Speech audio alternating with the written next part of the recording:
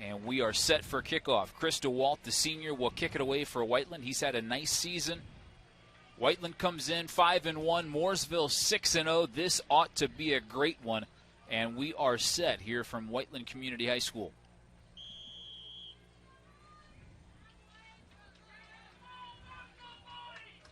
Kickoff coverage has been an area Whiteland has focused on since they gave up the touchdown against Franklin, as DeWalt gets this game underway. Short, fielded at the 25 and tackled at about the 32. Caden Robinson was the receiver there for Mooresville, and it'll be 1st and 10 for the Pioneers on our first drive of the game. Yeah, Derek Barn got down there real quick on the coverage there for the Warriors. Took care of it immediately.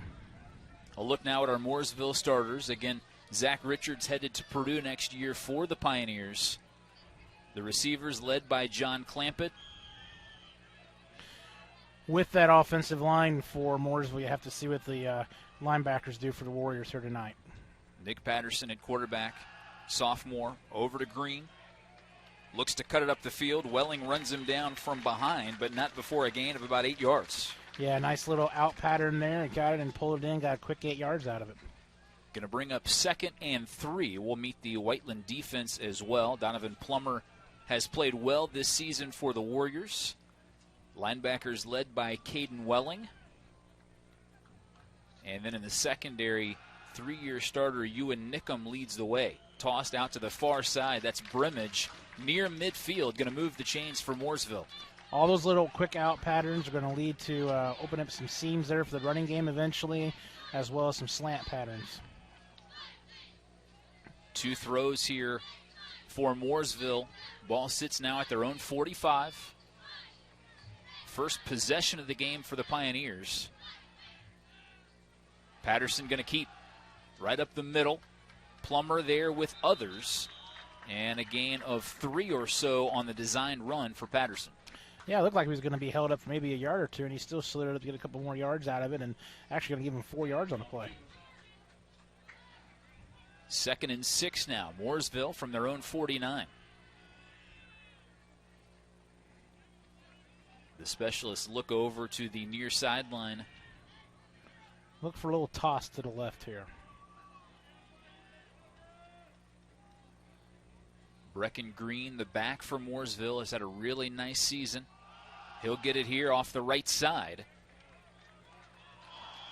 Ball came loose at the end. Whiteland says they have it. Haven't seen an indication yet. Looks like they're saying he was down. Tell you what, Daniel Adams closed real quick on that. Quite a hit on it, but credit Green for being able to hold on to that ball there, saying he's already down before he lost contact. Big 3rd down here, 3rd and 2. We'll get another look there. Hard to see in that pile of bodies. Whiteland thought they had it. Instead, Pioneers keep it. And 3rd down and 2 now for Mooresville.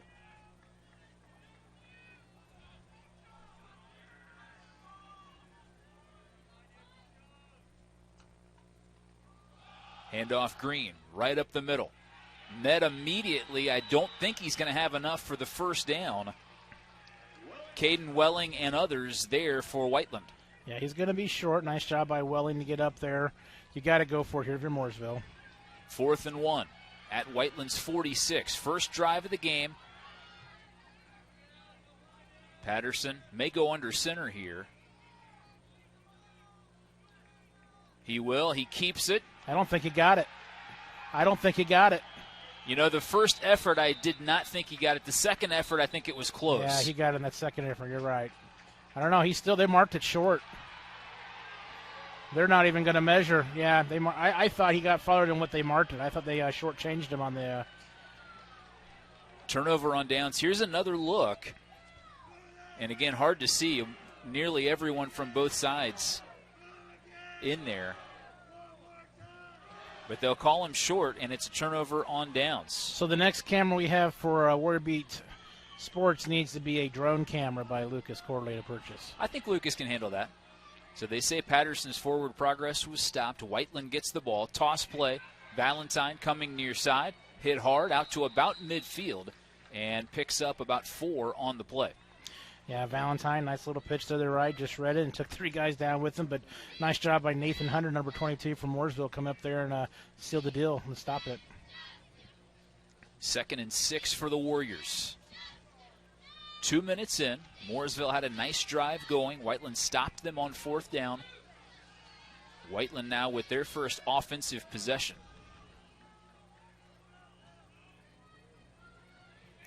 Look to Sullivan here on a little pass. Handoff Valentine up the middle. Going to have the first down, trying to break the tackle.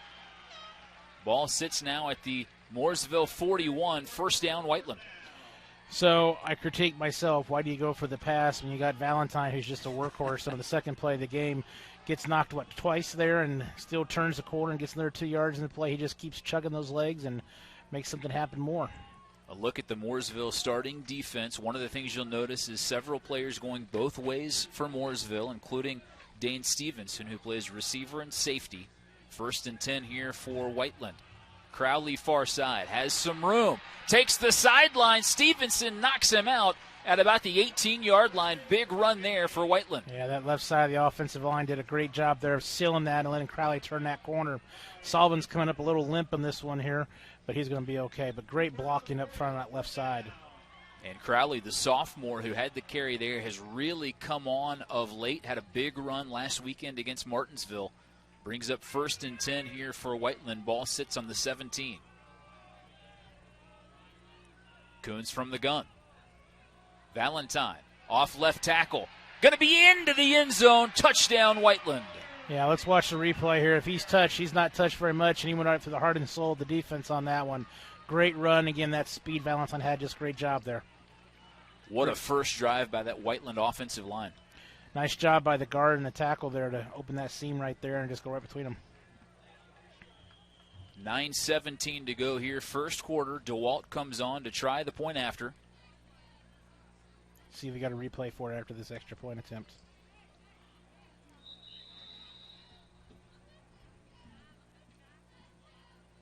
Whistles blow. False start in the offense.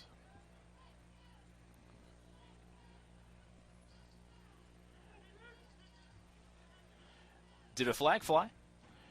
No, they did not. You're right. They did not blow a whistle. I mean, they didn't throw a flag, but he came up out of the stance.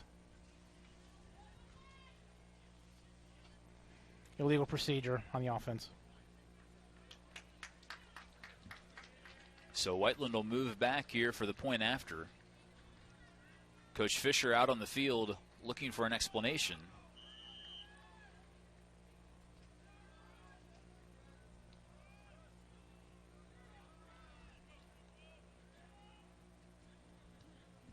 Kick is up. It's good, and Whiteland leads it 7-0. So a really strong start for the Warriors. Mooresville had a good drive going, and we'll go back to the touchdown here by Valentine. If he was touched, I think he was already in the end zone. It looked like he was supposed to pop out all the way around the left tackle, but he cut it back to that tackle in the guard. And like you said, I don't think he was touched. If he was, it was a hair. Mooresville, a couple of first downs on their initial drive. Whiteland got the stop on 4th and 1. And then the Warriors right down the field. Crowley a big run, and then Valentine capped off the drive with the touchdown. So if you're Whiteland and you're Coach Fisher, you got to be thrilled. You held him on a 4th down attempt, basically at midfield, and then you come down and you send a statement in that running game right off the bat with a couple big runs, and you do exactly what you want to do offensively, which is critical when you're up 7-0 early in this game. So DeWalt back out onto the field to kick off. Again, Stevenson and Brimage will be back deep for Mooresville. 4-play drive for Whiteland. All runs. Capped off by the Valentine touchdown. And I mentioned it in the pregame, Valentine has a shot to get over 1,000 yards tonight. Came into the game with 884.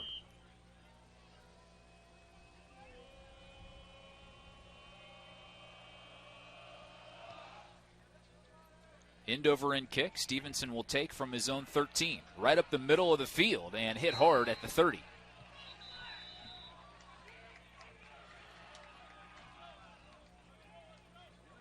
So our second look now at the Mooresville offense.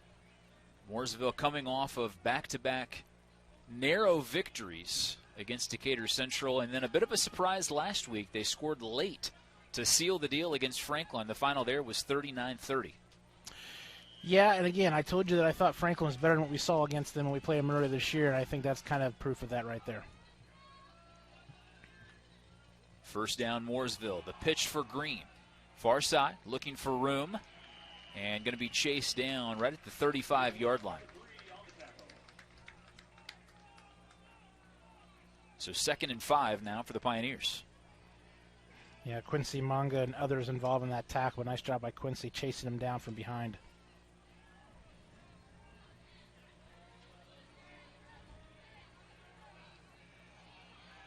Patterson mainly from the gun so far. Went under center for the quarterback sneak. Patterson will keep. Off the left side. He's a big guy. Just a sophomore, really good player. Was injured last year. Really had to rehab aggressively and has had a terrific sophomore campaign. Going to bring up 3rd and 1 now for Mooresville. Everything Mooresville done so far in the running game has been wide right or to the left, and Patterson up the middle on the quarterback keeper. Seeing that changes up here. Patterson listed at 6'1", 210, a sophomore. Pitch for Green. And met. There is a flag that comes down behind the play. I assume that may be a hold. But the Whiteland defense defended it well. Yeah, they defended it well, and it's that flag is in the area. Yeah, he's holding. That's a killer. You got 3rd and 1 coming up, and now you're going to have 2nd and long. Or 3rd and long, excuse me. 8:02 to go first quarter. Whiteland leads at 7-0. Mooresville's first drive ended with a turnover on downs. Whiteland then with 4 straight runs put it into the end zone. And now Mooresville had it 3rd and 1. They were stopped on the play. The hold backs them up, and it will make it 3rd and 11. Ball sits at their own 29. And these are the situations you don't want if you're Mooresville, because now your linebackers for Whiteland can drop back a little bit and take away those crossing patterns 5-10 yards down the field, which you're going to have to do something unless you just have a successful run here. But passing says what you go here. Patterson going to throw. Has plenty of time. Throws far side. Brimage the catch. Has the first down and knocked out of bounds just across midfield. Impressive patience there by Patterson. Just kept looking and looking, checking off to his left, going back to his right, looking off to that right side, and great delivery on that. I thought actually he was going to overthrow him, but he didn't. He put it in the right spot there, just high to the right. Here it is again. Nice protection by that Mooresville offensive line. Pass was a bit high as Green has it here on first down. No gain on the play. Ardith Maldonado the stop for Whiteland.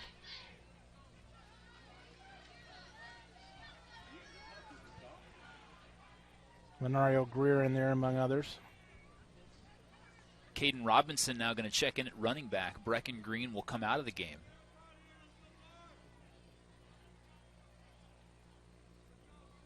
Gillen called Green the leader of this team. He went down with an injury in the postseason last year and has really come back and had a nice season. 2nd and 10 here for Mooresville.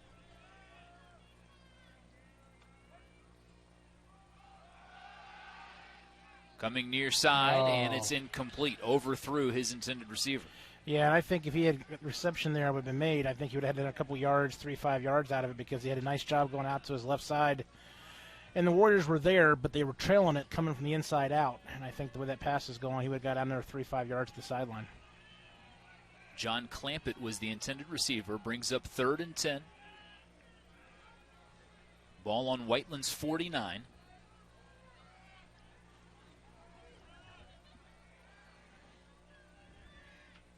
Patterson from the gun. Going to throw. Far side, and it's knocked away. Warwick there in coverage for Whiteland. So they're going to punt here.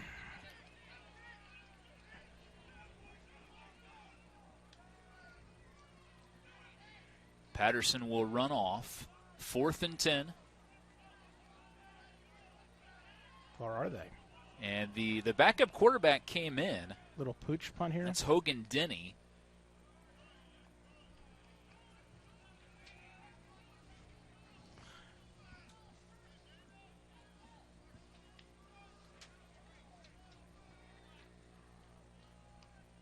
Denny is the punter on the year, and he does punt this one away. And the ball down at about the 17-yard line of Whiteland. I call that the Antoine Randall punt. You guys are too young to know. No. I'm remembering. I'm remembering him. Terrific player. With the IU 49ers logo. So Mooresville punts it away. Whiteland will take over at their own 18. 6:51 to go first quarter. And Whiteland would love nothing more than a long, extended scoring drive here. Yeah, extended here. Keep it in the ground game. Valentine across the 25, taken down at about the 27-yard line. Observation I have right now is that the Warriors have seen something on film because they keep chipping away to the left side. And the last couple of games we've had, it's been more middle and right throughout the game, and so far it's more to the left side of the field.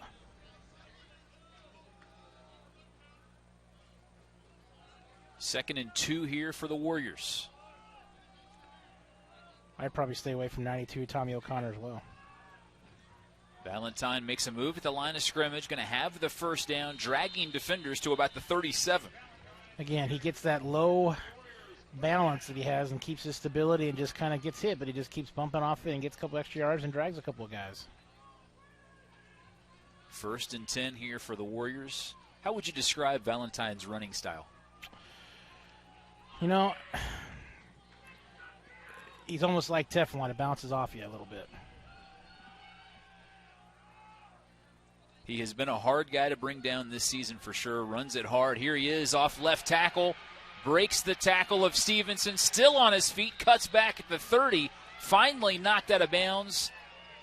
They're going to say he actually stepped out at about the 39, but another big play there by Valentine in this Whiteland offense. Wow, and he had Singleton out in front of him, and Singleton was just trying to get out of his way. That shows how quick Valentine was, but Singleton was up there trying to block up in front of him. As you see here in the replay, he and Sullivan kind of get in the way. He broke the tackle of Stevenson there, the safety, was able to get to the outside, and it's first and 10 for Whiteland. Pitch play, Valentine again to the left side. Spins off the first defender and going to have 5 or 6 for Whiteland. Yeah, great statement offensively so far by the Warriors, and I don't think Mooresville wants to play a catch-up game. You know, one thing I'm noticing here too, Zach Richards, the Purdue commit on the offensive line for Mooresville, normally plays defense as well. I've not seen him out there much on the defensive side. And again, his counterpart, who's also going to Purdue, is out tonight with injury. And Whiteland has been dominating on that left side. Here they go again. Valentine driving forward. Another first down, pushing defenders forward. And finally brought down is Valentine at about the 22. Just keeps going. And now Richard's going to come on here to see if he can help his team out. Whiteland has looked awfully good running the football here in the first quarter. This is a position I think you look for a little seam pattern here to Sullivan or to the left corner of the end zone, one of the two, kind of an out route. Ball sits at the 22, first and 10. Flags fly. I'm 0 for 4 tonight, guys. And a false start penalty on Whiteland there, I believe. And that's the one thing you definitely don't want to happen is you don't want to kill the momentum of what you've had going on these first 2 drives by penalties. You've had one on the special teams. Luckily, it was an extra point attempt, and you're able to knock that down. But and now you're at 1st and 15. Whiteland has not been in a third down situation here in the first quarter. This their second drive. Coons now from the gun. Singleton in motion. Handoff Valentine, this time to go to the right side, and not nearly as much success. Now, I talked about Tommy O'Connor a minute ago, and guess who was in on that play? DeBon and Stevenson got tangled up after the play. They get them separated. It'll be 2nd and 14 here for Whiteland. 4 minutes to play in the first quarter.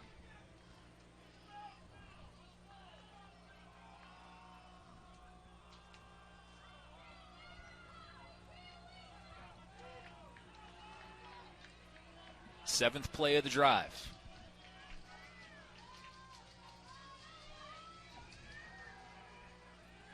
Ball goes far side. And a short gain on the play. Murray was slammed out of bounds over on that far sideline. And it's going to bring up 3rd and 11 here for Whiteland. Be interesting to see what Coach Fisher calls here. You've had success in the running game. Do you play a conservative, see if you can get it with Valentine on some type of run here, and if not, kick the field goal and get up 10-0 here and try to get the points for sure, or do you risk it with the passing game in a situation that typically would be a passing situation? 3rd and long. Kuhn's going to throw, rolling near side, has a man. Crowley makes the catch and going to be brought down. It's going to be short of the first down marker, but an efficient play there. Brings up 4th and 4. And now Whiteland going to have to make a decision here. DeWalt's been pretty good with field goals on the year. He's 3 of 3. But it looks like the Warriors going to go for it. Yeah, I'm kind of surprised on this one. I'd put the points on the board, get that extra. I mean, your kicker can definitely get it in there, knock this in here, and get the points. I think this is too early to be doing this. 4th down for Whiteland. Handoff goes to Singleton. Singleton driving forward. I think he got it by half a yard. The Mooresville fans yelling short. Kuhn's signaling it's a first down. Ball at about the 11-yard line.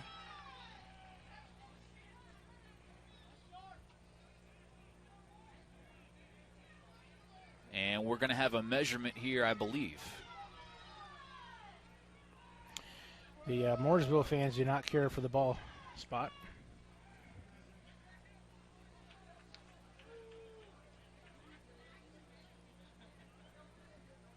See, we get an instant replay on this as we got the measurement. And it's a first down for Whiteland. Gutsy call there by Fisher, and he picks it up. That's why he's there and I'm here. Singleton had a nice run there. Mooresville stood him up at the end, but Singleton able to get just enough. And it's going to bring up 1st and 10 for Whiteland at Mooresville's 12-yard line. 2 minutes to play, first quarter. Whiteland leading 7-0. Kuhn's from the gun. Going to take it himself. Breaks one tackle and now is met at the line of scrimmage and driven backwards, a gain of maybe 1 on the play.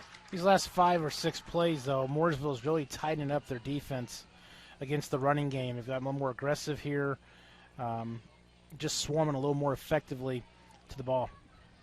Some of that with Richards in the lineup for Mooresville, I think, defensively. But certainly Mooresville has been much more stout. And in the final 90 seconds of the first quarter, Whiteland looking to punch it in. They lead it 7-0.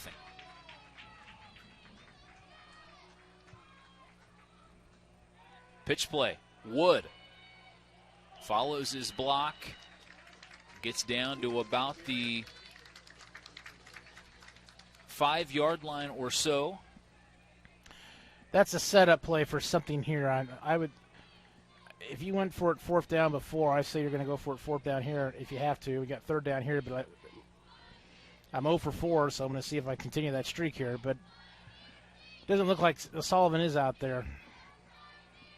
We'll call it 3rd and 6. Ball sits at the 8-yard line, about 40 seconds to play in the quarter.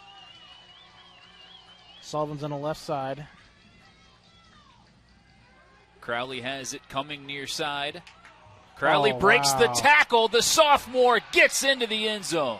What a great job of taking the contact, keeping his balance, and going right through it in for the touchdown. Whiteland takes a 13-0 lead, 29 seconds to go in the first quarter. What a terrific effort there by Crowley. Long extended drive there for the Warriors.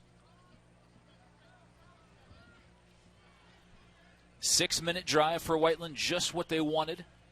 Capped off by a Crowley touchdown run, and he is really coming on as Crowley had a nice long touchdown run last week. And we'll see the replay from that run here momentarily. Broke a couple of tackles to the outside when it really looked like he had no shot of getting in. The PAT is good, and it's a 14-0 Whiteland lead. Yeah, he had didn't deserve any way to get in, but he took that contact, knocked it down, came right through there on that right side here. Here comes Crowley. Yeah, right there, I thought he was done. And the two defenders kind of collided with each other as well, which helped Crowley. But the sophomore really playing well. So you're down 14-0 if you're Mooresville.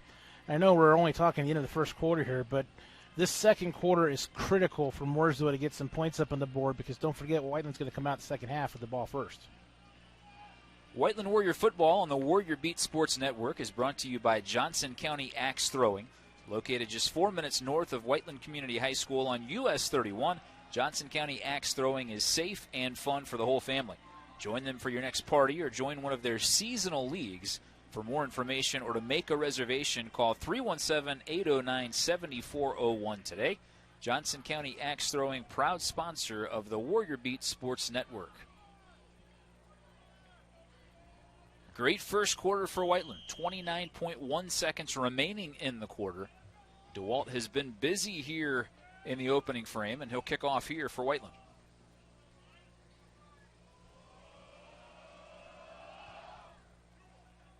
Angled to the far side, and that one going to go out of bounds. I don't think, just by looking at DeWalt, that was what he intended to do there, and Mooresville will have good field position here.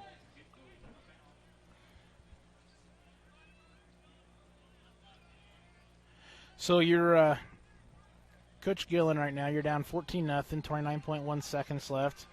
You put the ball in the air a good number of times that last series there.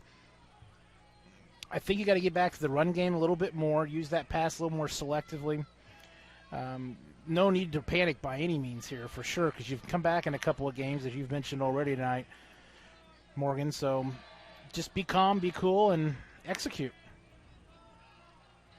The Pioneers take over at their own 36, 1st and 10. This will be Mooresville's third drive. Their first ended in a turnover on downs. They punted it away the second time. And now trailing 14-0. They have it 1st and 10. Patterson to throw. Looks far side. Ball is completed. And the tackle made at about the 42. Yeah, he ripped that thing. He got it, he snapped it, he took the snap and just slung that thing out there dead on. And that was an impressive pass for a sophomore. 2nd and 2 now for the Pioneers. They may not get this one off before the end of the quarter. Looks like the coaching staff telling them to wait and let the quarter expire. They will do that. And after one quarter of play, it's Whiteland 14 and Mooresville nothing. Great start for the Warriors. We'll take a break and be back with the second quarter. This is Whiteland football on the Warrior Beat Sports Network. And back for the second quarter, Whiteland leading 14-0. Chris, 12 minutes gone here. Really impressive first quarter for Whiteland. Yeah, I think Mooresville is starting to loosen up that defense, though, with that passing game to the sidelines here. So see if that helps pay off the running game here. But really offensively for the Warriors, they've done what they need to. They've kept the ball on the ground. They've been successful. They've got a couple of guys involved who are coming along here for the Warriors. But defensively, right now, Whiteland's played really well on the run game. Defensively, though, the passing game, they're starting to show some weaknesses, I think. Green, the carry, left side, going to have the first down. And brought down near midfield.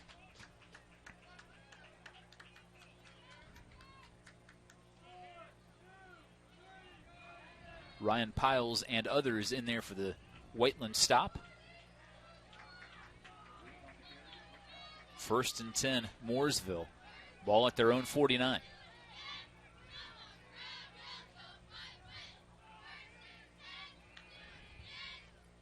Reverse coming. Oh. Now a flea flicker. Patterson has Brimage near side. The catch made and knocked out of bounds is Brimage at about the 29. Nifty little trick play there.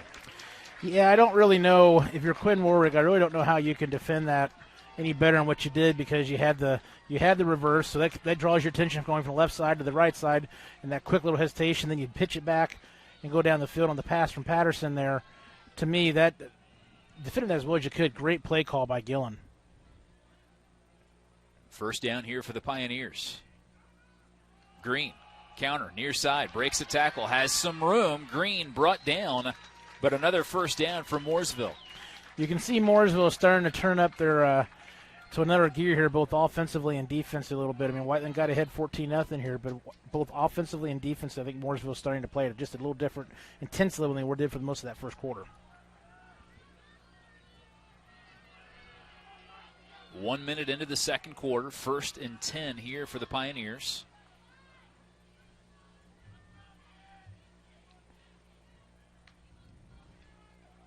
Patterson throwing far side, and that one too high.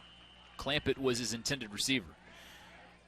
And Clampett had a chance to get 5-10 yards on that play if it's nailed right to him, but Patterson just got that out too quick and just rushed it. So 2nd and 10.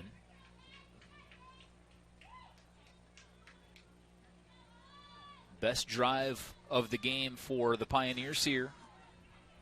Ball sits at Whiteland's 19.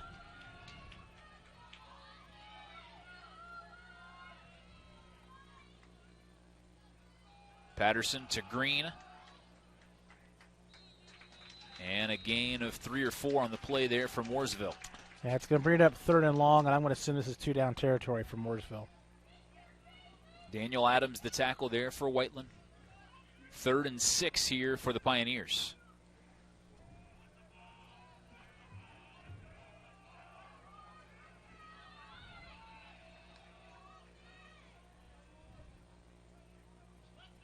Pioneers look to the sideline.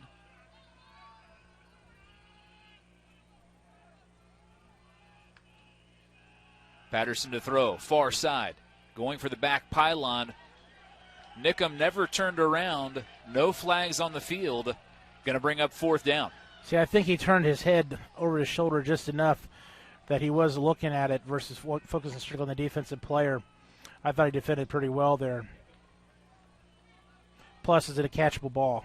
That's the other part of it. Is it just too high? He couldn't pull it in. 4th and 6. Mooresville appears to be going for it.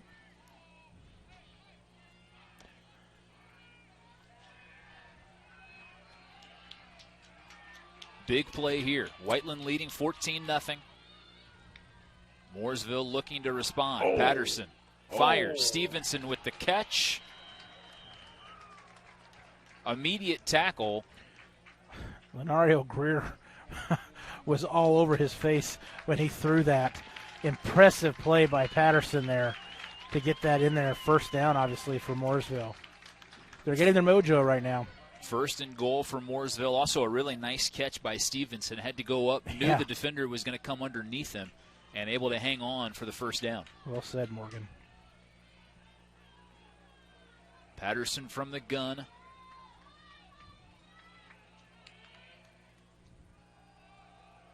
Patterson going to keep. Cuts it back, breaks a tackle into the end zone for the Mooresville touchdown. Yeah, Mooresville's offensive line is starting to send a little bit more of a message as they get a little more chemistry on that series there. Mooresville just played a whole different level intensity-wise on that side of the ball, that series. Nice play there as well. They shifted Brimage once from the backfield to the wingback spot, and then he came back to the backfield. The defense thought at first that Brimage might have it, and then Patterson, who has really good size, bounces off of a defender and into the end zone. And Mooresville on the board. Extra point is on the way. No, oh, it is good. And good. And we've got a 14-7 game. So if you're Mooresville, that's exactly what you wanted to do to start the second quarter. Yeah, here's that replay for Patterson here first. Kind of plays pinball here. Yeah, Dalton Hughes, the outside linebacker for Whiteland, was there in position. He had just enough to think about, though, with Brimage, where Patterson was able to pull it at the last second, and he gets into the end zone. Well, and you said it there a minute ago also about Mooresville's right back in this game, 14-7. I mean, they needed to come back. They needed to send a little statement there after that first quarter where really Whiteland really, I don't want to say dominated it, but they definitely controlled that first quarter as a whole. And that's a great statement by Mooresville coming out the second quarter there. Honestly, I think you put pressure now on Whiteland and get something here on this series. Certainly a nice response for the Pioneers. 9:34 to go second quarter. Whiteland will have Crowley, and I think that's Griffith back deep for the Warriors. Yeah, and again, just a reminder that I really thought Mooresville did a much better job tightening up their defense and clogging it up more through that last series defensively, and see if they can continue that this series. It's going to be critical for them to stop Whiteland. They did a real good job last time. Brock Bodell will kick it away here from Mooresville.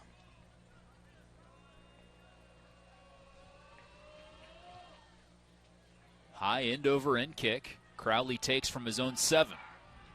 Crowley looking near side. Breaks the tackle. He's got some room. And now taken down around the 34.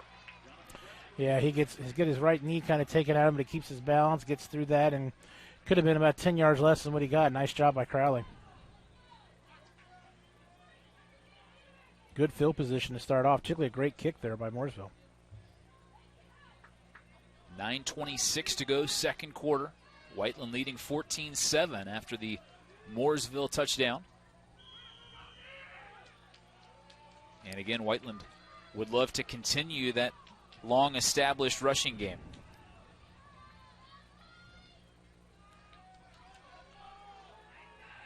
Far side, Valentine finds some room, driven out of bounds. Gain of 7 or so on the play. Yeah, a little incidental contact there, I think, at the end of the Whiteland sideline there. But nice job by Valentine to turn that corner and pick up 8 yards. 2nd and 2. Ball at Whiteland's 42. Valentine and Crowley have received most of the carries thus far.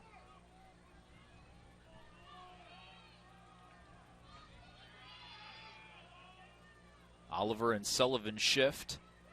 Now Singleton in motion, gets the carry, cuts it back. First down carry for Singleton. That's a great run. He stopped on a dime, going left and going straight out of that and getting the first down. Nice job there by Singleton. Chris, you've talked about Tommy O'Connor quite a bit here from Mooresville. Number 92 has 9 sacks on the season. Really an impressive player, and he was out there on that one to force Singleton to cut it back in. Yeah, I think he wanted to keep going left on that one, and O'Connor turned him and maybe forced him to go back inside to that tackle area. But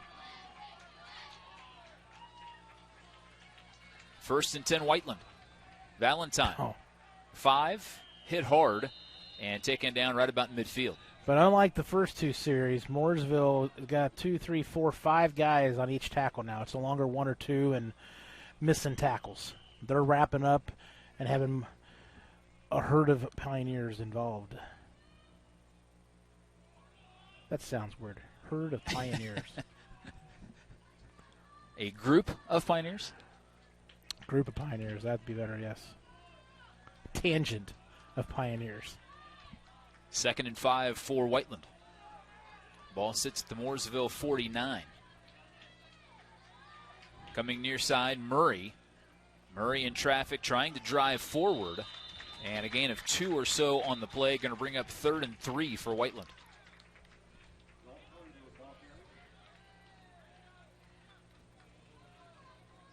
Two down territory for Whiteland here.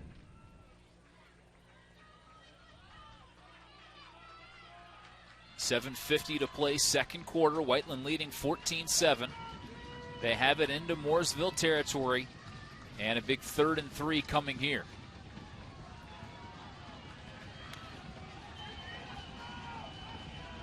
Mooresville students trying to cheer their defense on.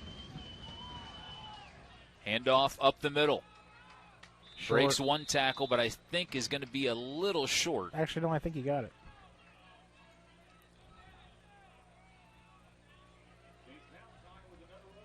And it is a first down. Good call, Chris.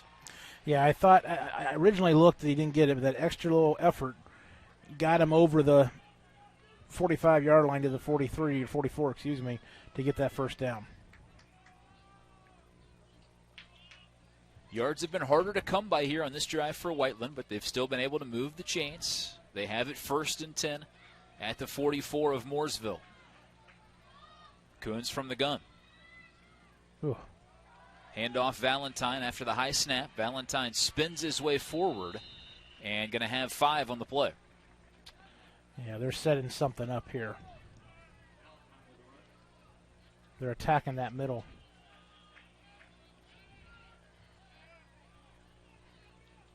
This is a situation you could pass. You're 2nd and a long 4 or 2nd and 3, as they're technically saying here. I thought it was more like 4, but anyway, this is a chance. This is the time you could take a risk if you wanted to look to go down the field a little bit on a pass. Coons under center. 2nd and 4. And movement. And you're going to give him a first down.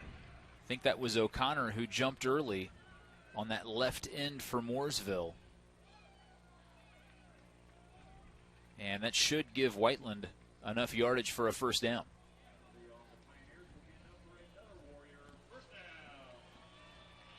So if you're Whiteland, you used about 2.5 minutes so far, I think, somewhere in that area on this drive. Maybe it's a little bit more than that, but you want to use as much time as you can, but the ultimate goal is you want to get points on the board because, again, you get the ball coming out the second half here. 1st and 10 for Whiteland. Ball at the 33 of Mooresville. Look to Oliver here. Murray has it far side, driven out of bounds. They had Jakari Oliver and Max Sullivan both on that left side on that play there, I think, and they've done that a couple of times, and they've run them out and gone to one of the two on a passing situation in previous games we've had. 2nd and 9 now for Whiteland. 5:50 to play, first half. Mid-State Conference title on the line here tonight. Singleton gets around the corner. Stevenson, nice tackle in the open field at around the 26. O'Connor almost blew that up also for Mooresville. Singleton somehow found a way to get around it, and then Stevenson got there in a hurry and made a nice tackle. Another third down here for Whiteland. This one 3rd and 4. Ball sits at Mooresville's 26.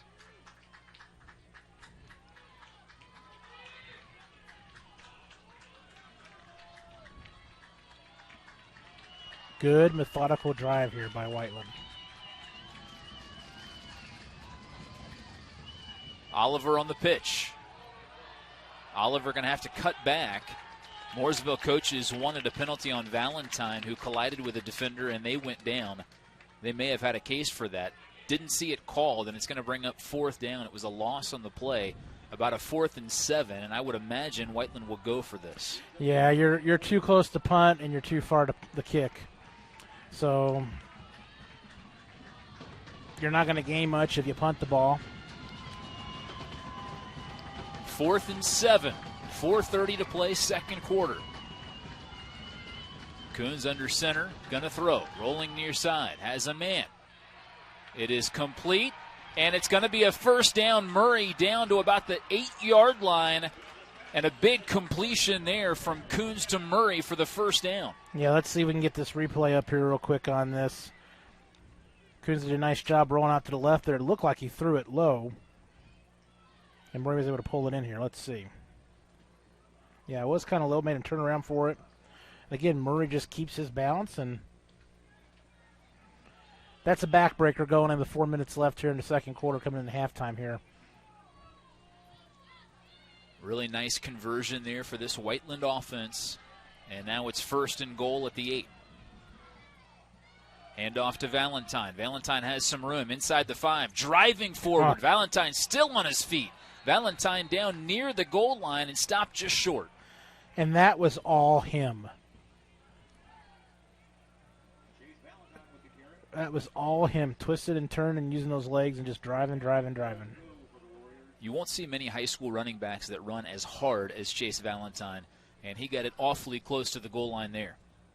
Great run. Here's a look. Valentine had a defender down on his legs and then somebody up high and then just kept driving forward. You could argue they missed a face mask also.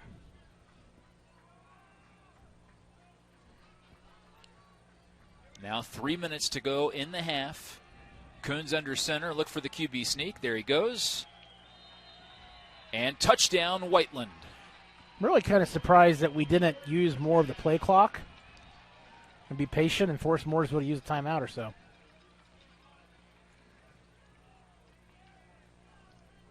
So Whiteland takes a 20-7 lead. PAT oncoming. Yeah, that's an interesting thought. They got down there and snapped it quick, maybe wanting to catch them off guard, but at the same time, you've got pretty good odds of scoring. And if you can shave off 25 seconds and force them to call a timeout if they want to use a timeout, if not, additional 25 seconds is off. The PAT is up and good. Whiteland has had 3 possessions now. They've all ended in touchdowns. There's another look at the Coons quarterback keeper for the score. And another long extended drive there for Whiteland. 13-play drive for the Warriors. Ends up in a touchdown on the quarterback sneak. And Whiteland back out in front by 2 scores. 3 minutes to go in the first half. Yeah, and Coons has done that a number of times this year, that quarterback sneak in for a touchdown. He just uses his body well, and he gets usually instead of 1 or 2 yards, he can get 3 to 4 yards, 5 yards out of that play. Whiteland Warrior football on the Warrior Beat Sports Network is brought to you by Johnson County Axe Throwing. Located just 4 minutes north of Whiteland Community High School on US 31, Johnson County Axe Throwing is safe and fun for the whole family. Join them for your next party or join one of their seasonal leagues.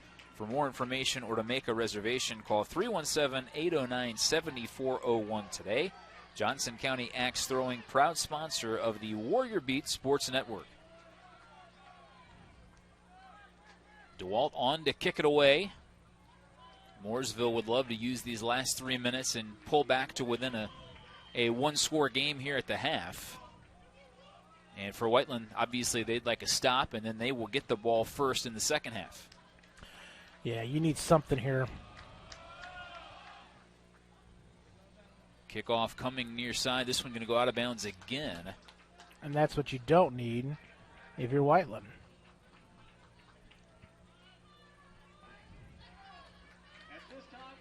So second straight time there, DeWalt kicks it out of bounds. And maybe they're trying to angling that kick, and he's just kicking it too far over on the angle.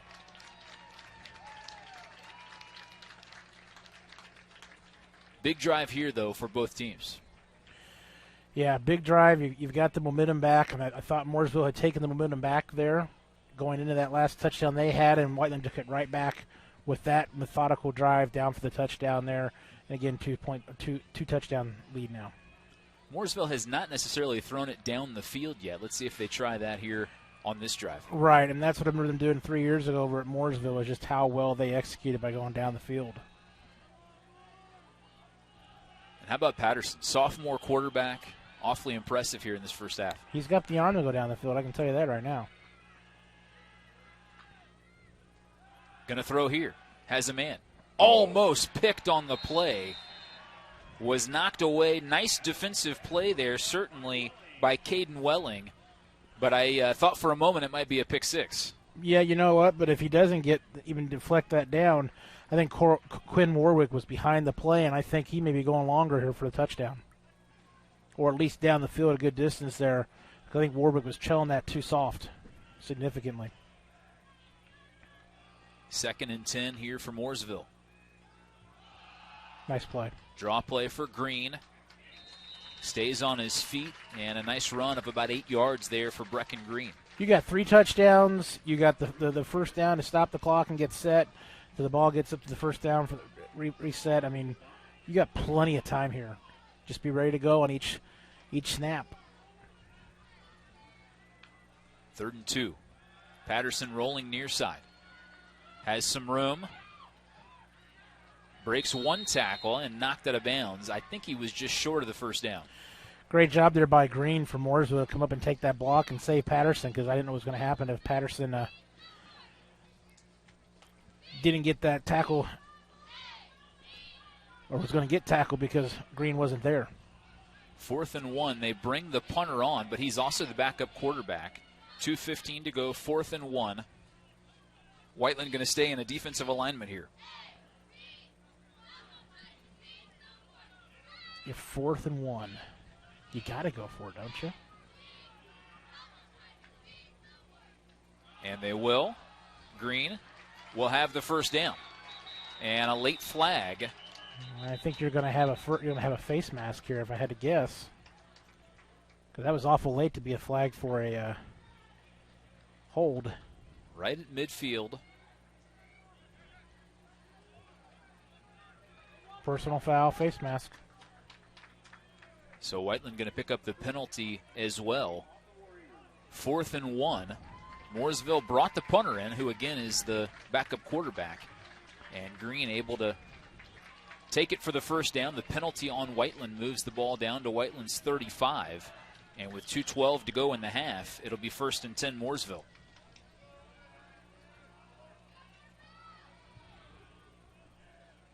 Lots of time for Mooresville. Patterson going to keep it.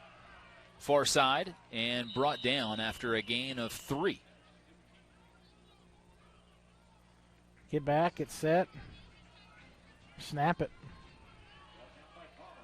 Plummer on the tackle for Whiteland. Clock ticking. 2nd and 8 here for Mooresville. Yeah, a lot of time going off the clock and not ready to go.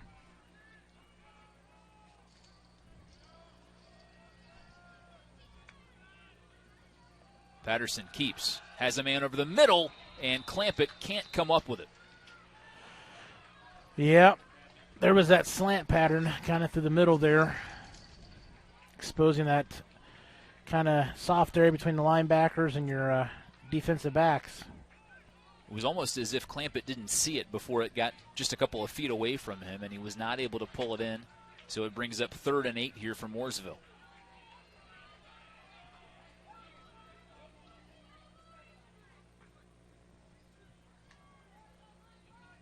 Patterson to Green. Nice hole up the middle. And a first down for Mooresville.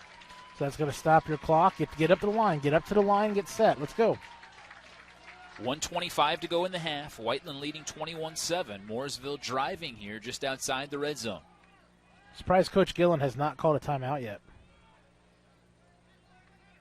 Talk this through. Don't be in a rush here. You have lots of time. Use it correctly. Patterson fakes, now throws. Looking for the end zone. Stevenson way over his head. And going to bring up 2nd down. Yeah, that's the 2nd or 3rd. He's thrown too high. The idea was there. I thought it was a great play call. I thought I thought the route was good. It just overthrew him. 1:06 to go on the clock. 2nd and 10. Ball sits at the Whiteland 22.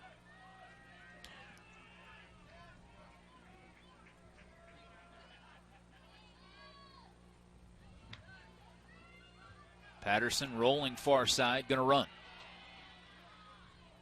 Breaks one tackle, still driving forward. Greer finally brings him down around the 10-yard line. Still not calling. There's timeout. Still wasted about 5 seconds, though.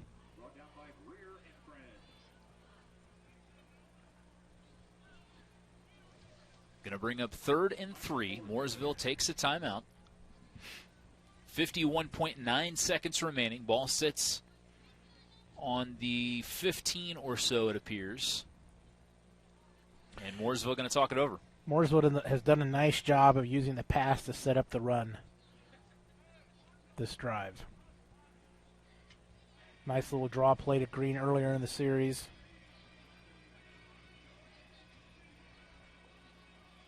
But this series, it's been about Patterson and what Patterson has done or has not done well. Certainly you see the talent in the sophomore. He had a huge game last week against Franklin. He can run it. He can throw it. Again, missed, from what I understand, all of last season due to injury.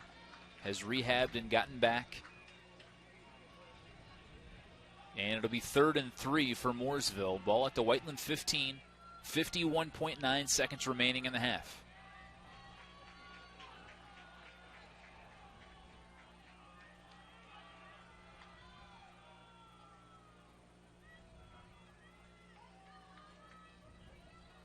Patterson from the gun with Green to his right. Play clock down to 5. Let's call a timeout. And the Mooresville coach is not pleased there on that one. Some sort of miscommunication, and they have to burn their second timeout. Yeah, I think somebody was supposed to go in motion based on some gestures on the coaching on the sideline there, but yeah, that you go from 3-1 on one play there on timeouts because you don't execute correctly. That's going to be something your coach is going to bond with you in halftime for sure. That's one of those unforced errors you don't want. 3rd and 3, I would guess some sort of read play here where Patterson has the option to give it to Green or keep it. They only have one timeout left, though, but on the 15-yard line, I think that gives them enough time. They did so well in their first drive of doing some out patterns real quick. This would be a situation I could see you doing that here. That also gets you close to the sideline and use that sideline to get out of bounds. 3rd and 3 for Mooresville.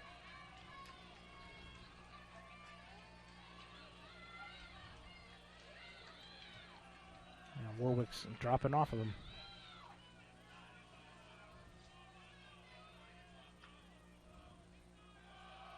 They give to Green, right side.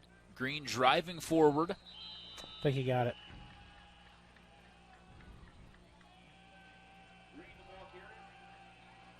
I thought he got it as well. I haven't seen a signal yet.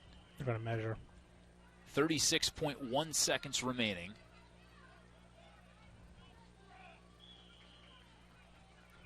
Fourth and short.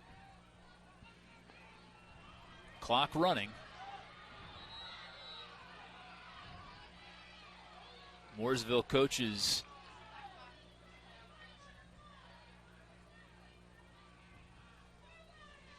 trying to get a sense of what's going on here as well. I guess I understand why the clock stopped. The officials I thought were going to measure. They didn't, so we wound the clock again. The clock would not stop in that situation because it was not a first down. Well, now they're going to measure. So now they need to put the time back on the clock in that situation. So Lucas Corley, be ready from over here to confer with what our time says on our broadcast here. He's short. Going to bring up 4th and very short. 28.9 seconds on the clock as it stands, but they need to add some time here. I assume they will. Although Mooresville now looking to rush to the line. Patterson, quarterback keeper, get the first down and go from there. 4th down, clock running. Patterson coming near side.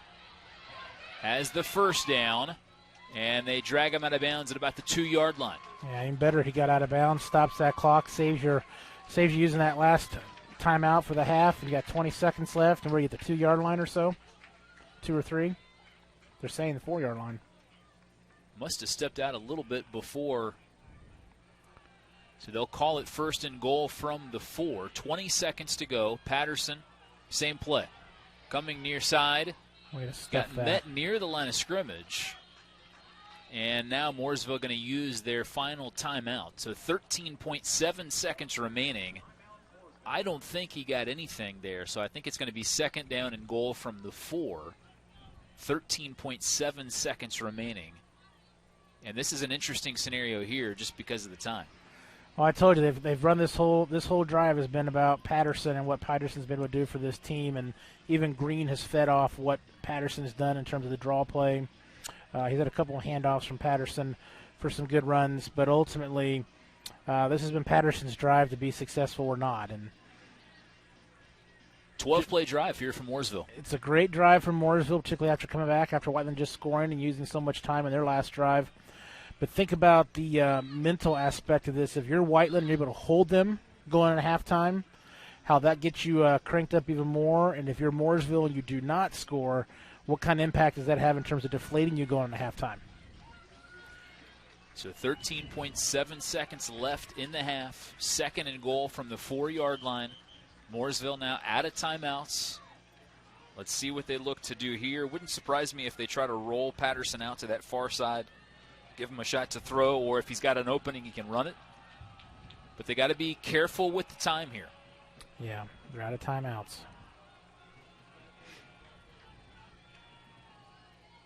Patterson back near side nice for play. Bremage. Nice Bremage play. diving Touchdown. in. Touchdown. That's a great play. Looked like he was going to go to his left. He came back, popped it out there to the right. Nice little soft pass. And the most impressive thing is he didn't zip it out there. He floated it out there to this guy and touchdown. Nice call for Mooresville. They get into the end zone. They trail now 21-13. 6.2 seconds remain. And the extra point attempt coming here for the Pioneers. We talked about the passing game being what the Warriors are going to have to improve tonight. And so far it's Extra point up and good. Sorry, Morgan. That's what's been kind of suspect for the Warriors tonight, and let Patterson have the success he had in that drive there. It's kind of representative, just kind of covering some of those guys out on the wide receiver spots. It's a great play. Misdirection coming back to the right. Everybody in the stadium, I think, thought it was going to go to the far side. He started to go that way and then looked back and found Bremage. And then Gideon Bremage, a really nice job of getting quickly outside and then diving in, able to reach that ball out for the pylon and get the second touchdown of the night for Mooresville. That's almost as impressive as what's the name of the play they run in Little Giants in the game, the Treaty of Annexation. The annexation of Puerto Rico. Yes. I told Great movie. My son's football coach needed to run that play. We had a chance to win our last game, 21-20 last drive. They had run one last play. Should have run that. They lost. Crowley is back deep here for Whiteland. Squib kick.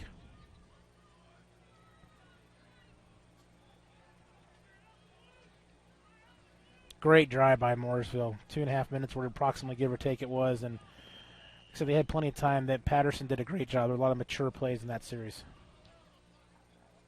Squib kick taken by Griffith at the 25. Just got to hang on to the ball here. Time has expired. And we will head to halftime with Whiteland leading 21-14. Whiteland won the first quarter. Mooresville won the second quarter. And the Warriors lead it 21-14 at the half.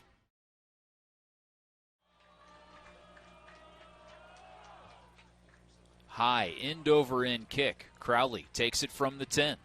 Crowley looking for room up the middle. Crowley finds a seam, knocks over a defender, and out to the 40-yard line goes Crowley. That was the kicker who came up to tackle Crowley, and that was a rude ending on the play there as Crowley barrels his way to the 40-yard line. Yeah, Crowley had a great that was a great run and a great return there for Whiteland there, and also Connor involved in that play there. But the thing these Whiteland running backs do so well is just their what is it, center of gravity or whatever, to get that balance they need and be able to just knock those guys off when they get hit is impressive with this group. Crowley, the sophomore, seems to be getting better and better here. He'll have it here on the far side. That's a flag, absolutely. And a flag out of bounds. Crowley is knocked out, and that's going to be a hurtful penalty against Mooresville. Get a tack on 15. If you're Coach Gillen, you got to be ticked, for lack of other words, for what happened on that play. You don't want to give them the free yardage of 15 additional yards on the play. It's a bonehead play. That was the first play from scrimmage in the second half. Run by Crowley to the far side, and then he got tackled out of bounds, so it's going to be a personal foul. Here's another look. And a couple of yards out of bounds. I guess they're saying he never let go of them as they were going out of bounds, because he made initial contact. It looked like when they were still in bounds. I think it's kind of cheap after seeing it back. First down for Whiteland. Ball sits at Mooresville's 41. Valentine up the middle. Picks up a couple. And going to bring up 2nd and 7 for Whiteland.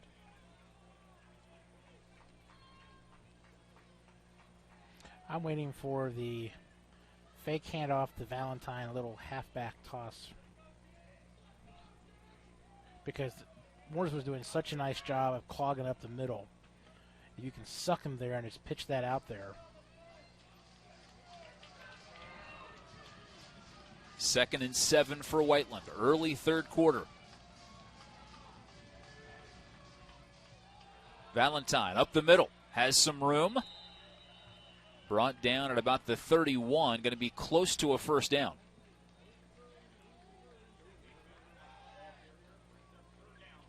Caden Robinson on the tackle there. Brings up 3rd and 1 here for Whiteland. 2-down territory. Is this where you look to air it out? I'm 0 for 20 tonight, so. Valentine goes off. Oliver and Wood are in the backfield. Crowley and Sullivan to the near side.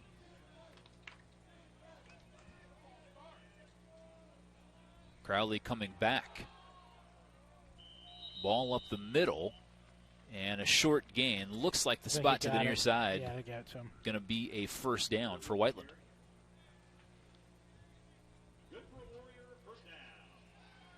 Ball at the 29 of Mooresville. You score here, and you're going to remind Mooresville of the 15-yard penalty they got, which, again, I think it was kind of not as significant as what it was actually called, but it hurt you. Coming Hold. near side. That's a hold. Murray tackled.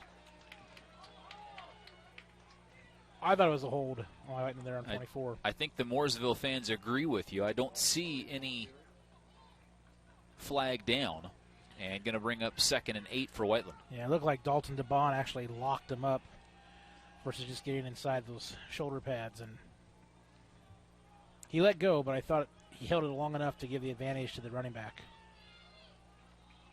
Whiteland with 300 yards rushing or more against every team except for Decatur Central. And they're certainly well on their way here tonight. Valentine up the middle, driving forward, and the yards seem to be harder and harder to come by here for Whiteland. Going to bring up 3rd and 6 for the Warriors. That's why I think a little misdirection play here somehow. It's 2-down territory. Coach Fisher has shown that all year. 8:50 to go, third quarter. Whiteland with a 21-14 lead. This is their first drive of the second half.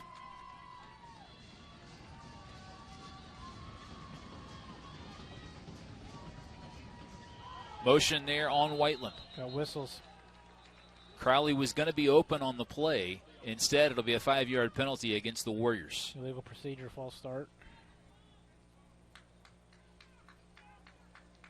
We got to tell Dave Edens, the officials need to look at us. We're more important than the guys up in the main press box.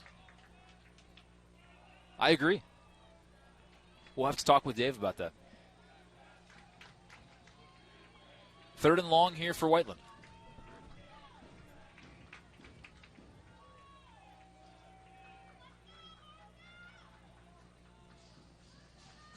Mooresville fans doing a great job of being loud over here.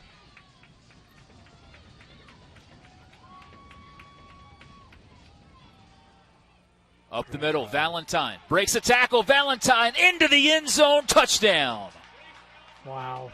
He found his mojo back from the first quarterback again. He was touched on that one, but it's still impressive play with speed. 3rd and long. They go back to Valentine. He finds room up the middle, and a touchdown for the Warriors on the opening drive of the third quarter. Whiteland now 4 drives and 4 touchdowns. Mainly all run, just 2 passes. They've converted on both. And DeWalt back on here to try the point after.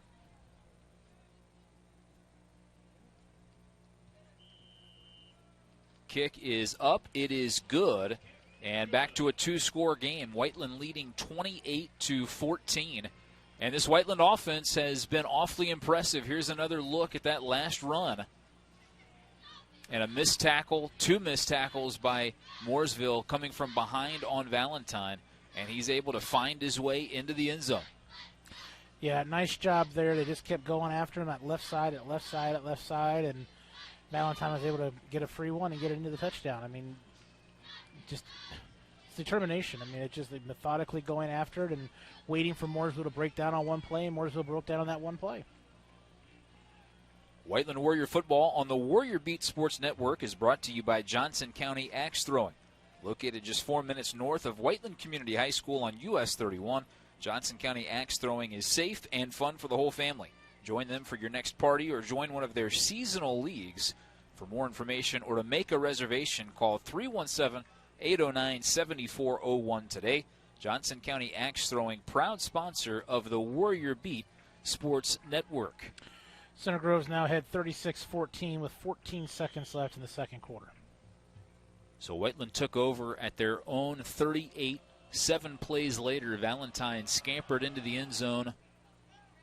Kind of a pooch kick here. Bobbled, picked up by Brimage. Great coverage, great coverage. And Brimage, a good job to secure the ball.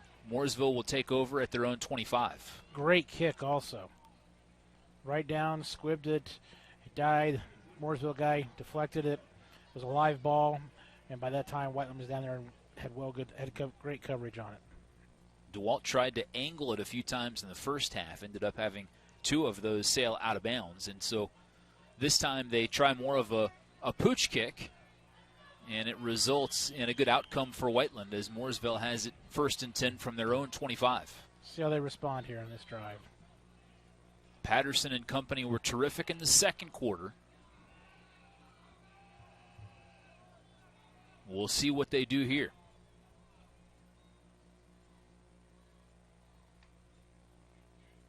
Option near side. Green fumbles, recovers, and going to go down as a loss of 1.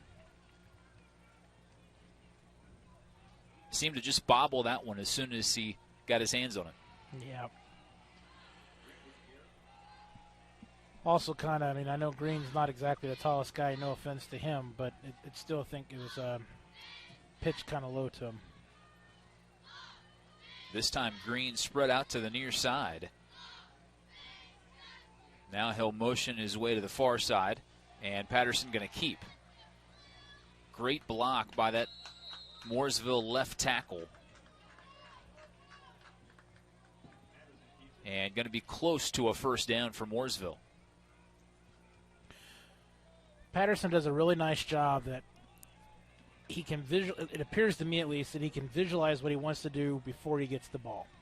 Sometimes he rushes it, but he doesn't have any hesitation on what he does. 3rd and 1 now for the Pioneers. 7:20 to go, third quarter. Handoff Green. Green will have the first down and taken down at about the 41. Tanner in there for the tackle for Whiteland.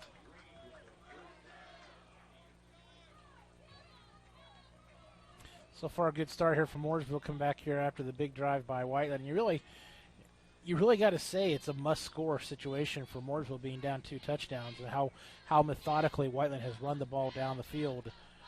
13-play drive earlier in that first half, as an example.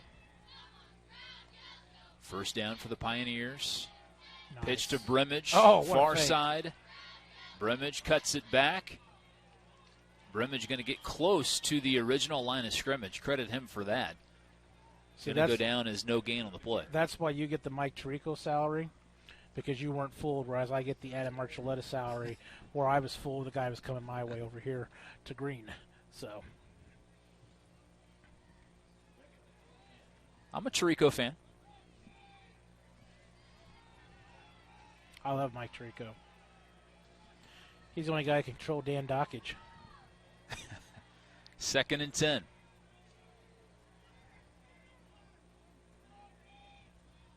Halfway through the third quarter, Patterson from the gun, looking near side, under pressure. Hughes coming after him, has a hold of him, and almost picked off. Patterson fortunate there to throw it under duress and get away with it. Yeah, Dalton Hughes was right there in Patterson's face. Actually grabbed the back of his jersey, I think, on that play as Patterson was rolling out there, and that went off maybe 2 guys' hands for Whiteland, and then could have deflected and got the interception. Here's another look. 2 or 3 different Warriors were there on the play. That's good coverage in that situation.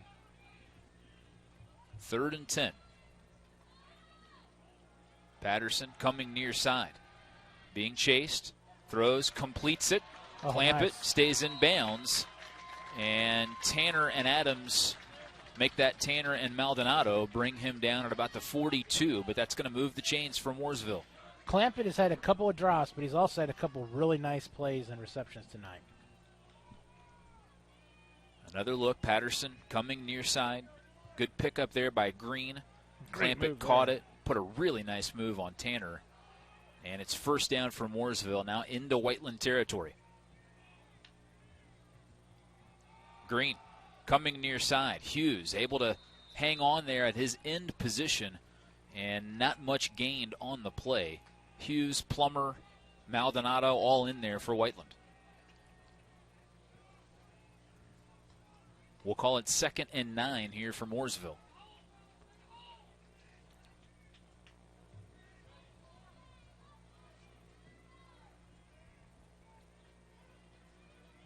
Brimage in motion. Handoff Green. And Greer takes him down at the 40.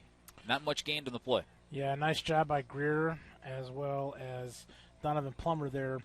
And the pass is set up the run in that situation. Plummer and Greer were ready and waiting for that one, which they have not had the opportunity to do much because of that offensive line for Mooresville in that second quarter as an example.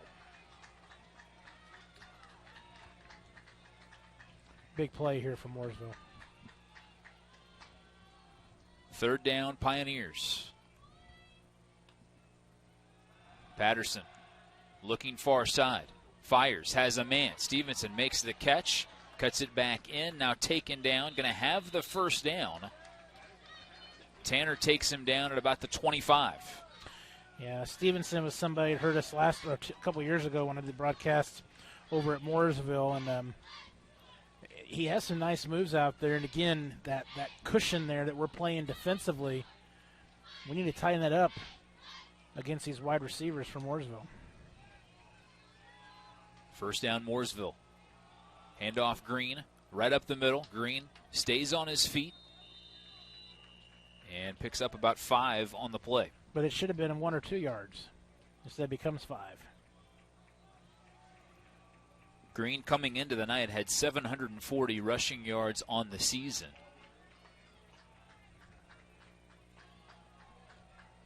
Second and 4 here for the Pioneers. 3:30 to go, third quarter. Patterson on the keeper. And nice job there by Maldonado. Hughes came in to help. Going to be close to a first down. We'll call it 3rd and 1.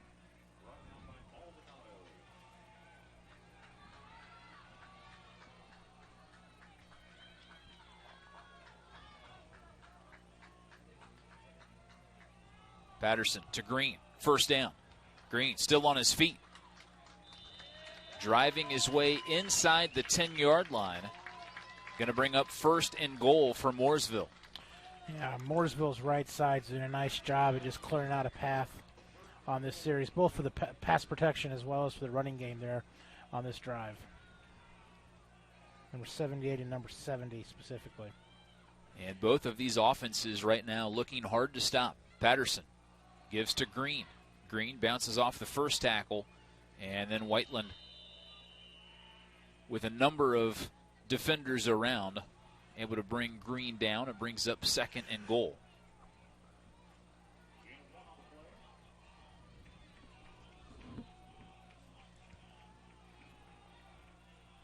.220 to play now, third quarter.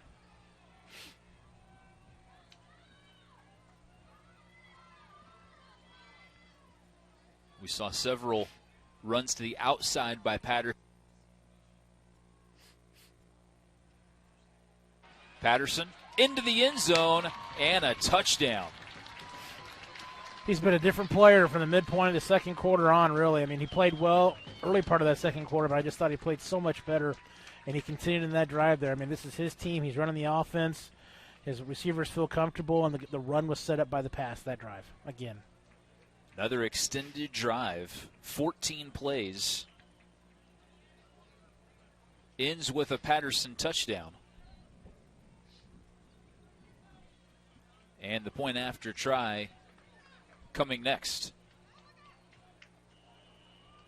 Some trouble getting the snap down, and it is good. So Mooresville dodges a bullet there. They pull back to within one score. And we've got a 28-21 ball game. The first quarter, Whiteland made a couple of stops. Since then, every offensive possession has ended in a touchdown. Patterson there for the touchdown scamper. And the sophomore quarterback, really impressive for this Mooresville team. Yeah, he has been. Oops. Sorry. Yeah, he has been. The Whiteland hasn't had an answer for him. That's the thing, is that since he's kind of been out there kind of orchestrating everything, they've not had an answer except for a couple of rushes defensively against him, pass rushes. But besides that, Patterson has really dictated things offensively very well for Mooresville from that second quarter on. So 2:06 to play here in the third quarter. Offenses have been on display here tonight.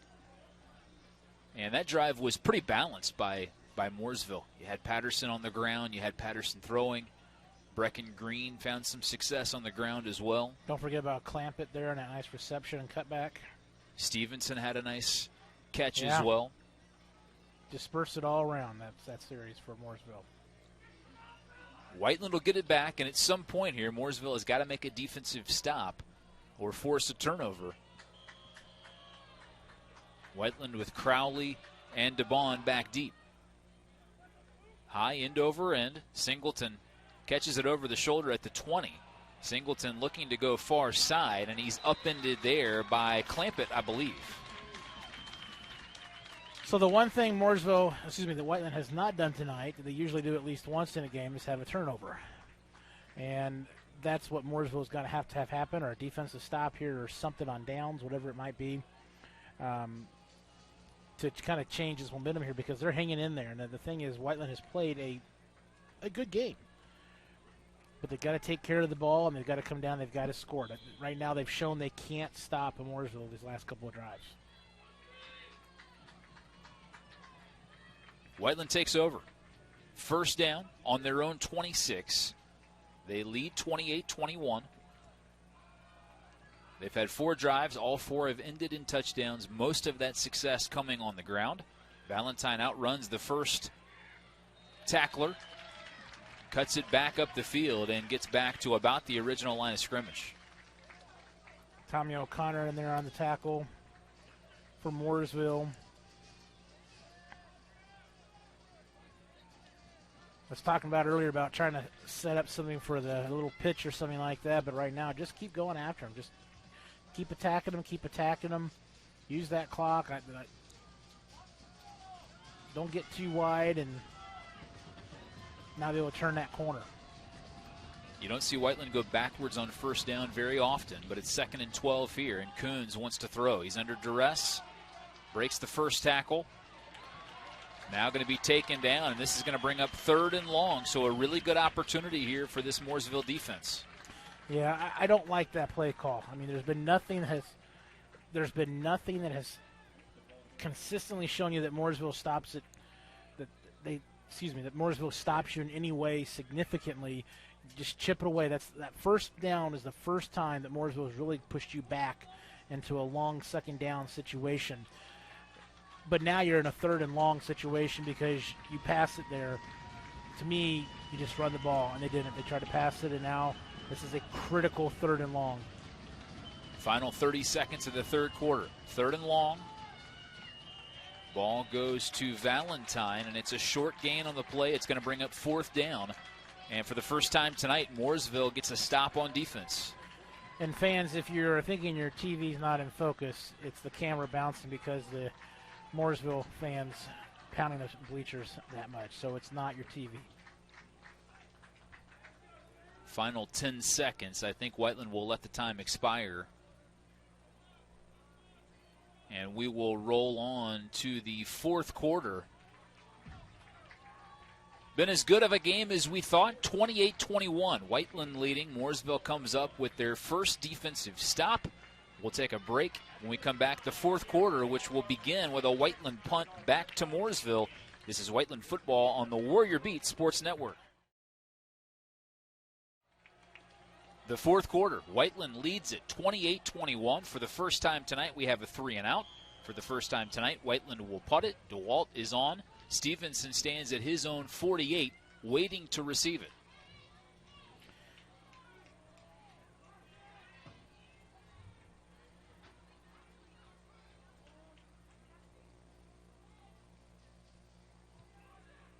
Good punt from DeWalt. Bounces out of bounds. 38, 37. Mooresville will take over right at the 40, it appears. So, if you're Coach Fisher, I think you got to figure out a way to get some more pressure on Patterson, because he's back there picking and choosing right now what he wants to do and has a lot of composure. So is that going to be sending Greer? Is that going to be sending Plummer? A cornerback blitz, something, but you got to somehow get him rattled right now. He's just picking and choosing what he wants to do. Whiteland got the stop, or excuse me, Mooresville got the stop they needed. Yes. And now Mooresville gets the ball back. A score here could tie this game up as we head into the fourth quarter. Patterson hands off to Green. Nice job by Welling on the play, and a pickup of 2 or 3. And let's remind our fans out there for both teams that if Whiteland gets the win tonight, they're still in the hunt for a co-mid-state championship. If they lose, they're out of contention. And if you're Mooresville and you lose this, then you're fighting to have a co-mid-state championship situation, which you should do. Green up the middle, and Welling again brings down Green. And that one going to be about a yard short, it looks like, of a first down. So 3rd and 1. Green has looked really good since the middle second quarter in the run game. And again, I think it's all attributed to what Patterson's been able to do. Green again. Makes a cut, has the first down, crosses midfield, and a first down here for the Pioneers. When you get 4 to 5 yards on every touch, though, it's pretty easy. When you get 8 to 10, like you said, it's in there in the middle of second quarter on, it's really easy. Just like that, they're in Whiteland territory. And Maxwell Sullivan comes on, going to play some defense here as well for Whiteland. Green up the middle. And brought down. Hughes in there for the Whiteland stop. No gain on the play. I can only suspect with Sullivan, they're trying to use his height and get some more pressure on the quarterback to kind of impact some vision for Patterson. Early fourth quarter. Mooresville, 2nd and 10. Ball at Whiteland's 48.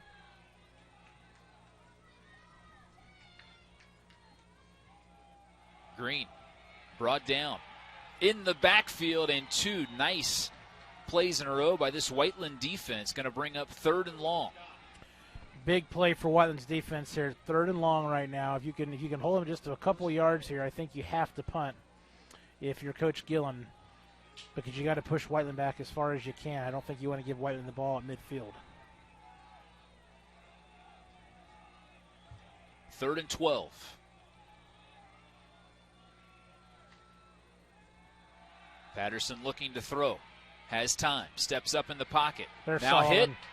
And he will go down. He's still driving forward, but it's not going to be near enough. Warriors' coverage was good.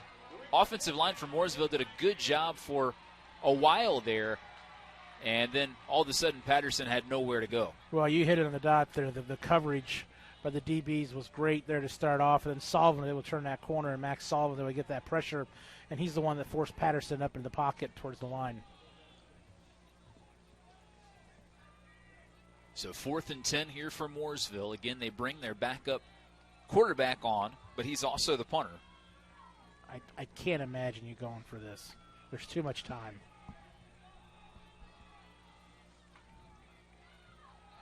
And they will pass down to the near sideline, and it's knocked away, and that's going to be pass interference. Yep, it's going to be an automatic first down. he didn't turn around at all and look for that ball, and you could have argued he didn't do it in the first half either. What a major penalty, and it's a legit penalty. Gutsy call there by the Mooresville staff. Casper on the near sideline. It was good coverage, and here's another look.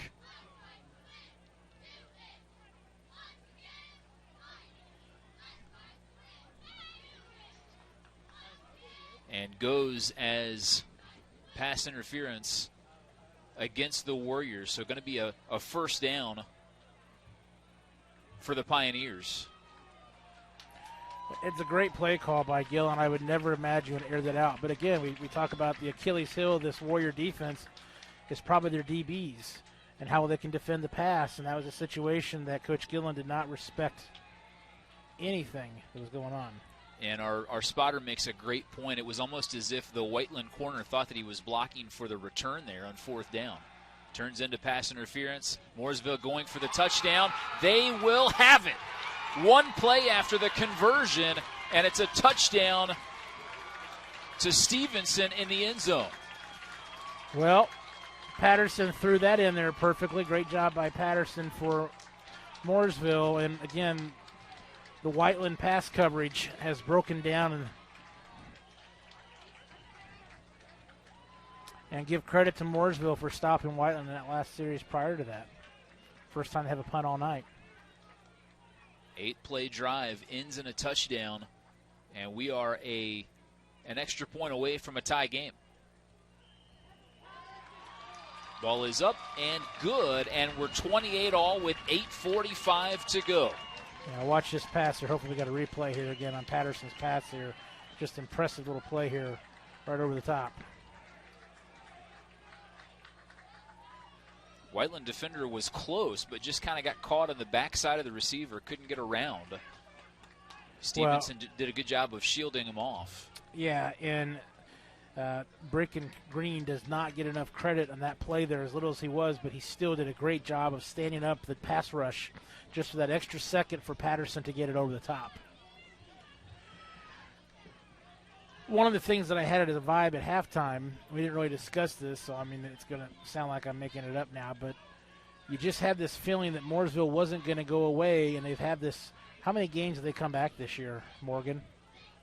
Well, I think at least the Franklin game, maybe the Decatur Central game as well. I know those were two close games at least. They were down Decatur Central. They came back, took the lead in that game, and then Decatur came back, obviously, and then they came back and against Decatur Central and won that game, but they were down.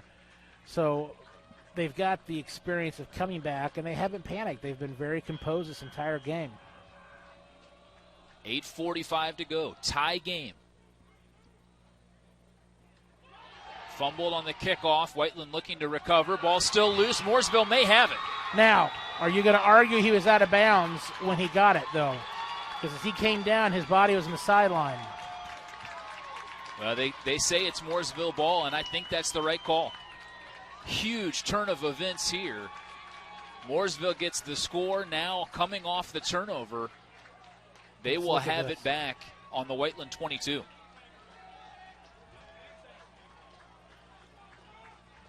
And you see the Mooresville player dive on it. I think it was Clampett. But does he have control of it before he goes out? As you said, the official said that he did, and it's a great hustle play no matter what. And you look at Whiteland's expressions in the field right now, they're shell-shocked at the moment. Green up the middle, short gain. So just a couple of plays ago, it was fourth down and long for Mooresville at the 50-yard line. Yeah. The punter was in. And now look at this formation. Most of the line over to the left-hand side. Patterson has it, looking to throw. Dumps it underneath for Brecken Green. And he is hit hard there. And we've got a flag flying.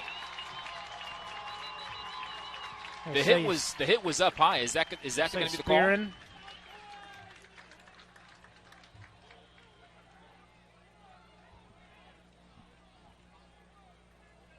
Unsportsmanlike against Whiteland.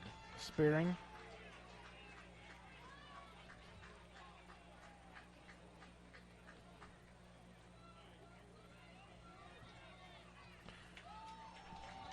you don't want to see a coach call a timeout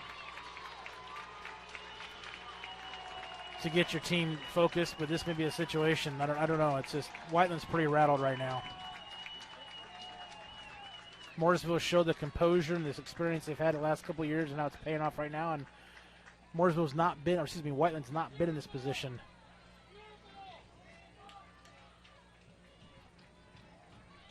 And again, a really unusual formation there on Mooresville. And Whiteland did not look like they had seen that anywhere on previous game tape. And I was wondering if it was an illegal formation called the polecat. Apparently, I've seen different variations of that a few times. Not as bad as Pat McAfee and whoever else it was with the Colts. The infamous fourth down. God. That's the curse that's killed us since. So 1st and goal here for Mooresville after the penalty.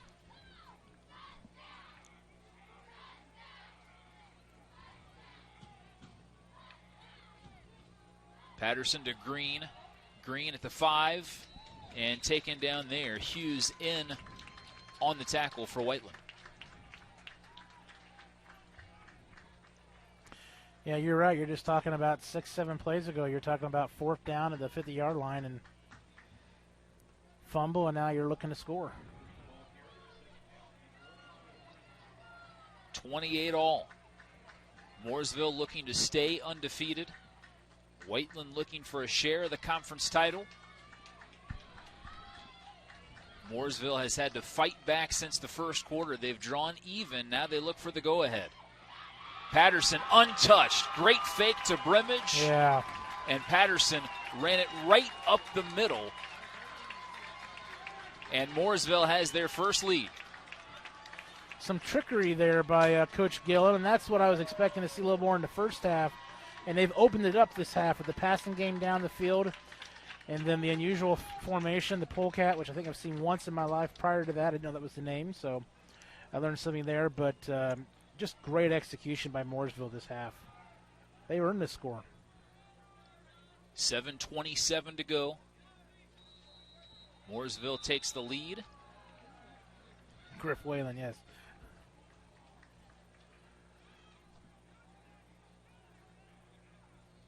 When's the last time you heard Griff Whalen's name? You know, I actually liked him for a while. Anybody who's related to or connected to Andrew Luck, I thought was a great chemistry thing. Boy, we were fooled. Kobe Fleener. Kick is up. It is good, and Mooresville has taken the lead. 35-28. I'll go back to the replay here. Let's watch this first. Watch that Whiteland defense. Even the linebacker closest to him thought that the ball was going outside. Really nice fake on the play, and Patterson goes untouched up the middle. Let's talk about that last series for Whiteland where we were 1st and long, first and 10, and got tackled in the backfield. Then we did the passing play that made it. That was 2nd down, and that went nowhere. So it became 3rd and long. I thought that was a bad time to pass the ball. And the reality is to put you in a bad situation deep on your end of the field and set you up if you were Mooresville for good field position. And the reality was it was. 7:27 to go. And, Chris, the one thing I'll say, I don't think we're done seeing scoring plays. I'm not sure how many more scores we'll see, but I think we've got some more touchdowns coming here in the final 7 minutes and 27 seconds. Yeah, I think we got probably 2 more scores. So the question is how that comes about or by who. But, yeah, there's going to be some more points on that board. Crowley takes at the 11. Crowley coming near side and down at about the 30. And now Mooresville is playing with that swagger. Well, you called it, Chris. The momentum really shifted in that second quarter. And even when Whiteland came out and scored early in the second half, it seemed like Mooresville was able to continue the momentum when they got the ball back and scored. Yeah, Coach Gillen did a nice job of making some defensive adjustments and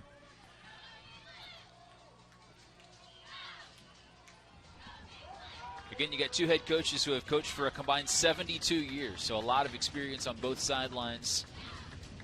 1st and 10, Whiteland, 7:20 to play.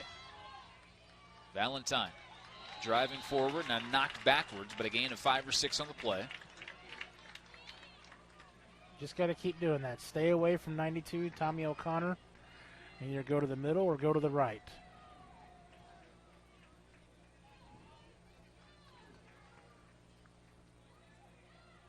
Be interesting to watch the clock here as well. I think Whiteland would love to have a long, extended drive here. Have it inside the 10, maybe under a minute to go. 2nd down. Valentine again driving forward. They let that one go on for a long time. Yeah, he's going to be about a yard and a half short, I think. Going to bring up 3rd and 1, I believe.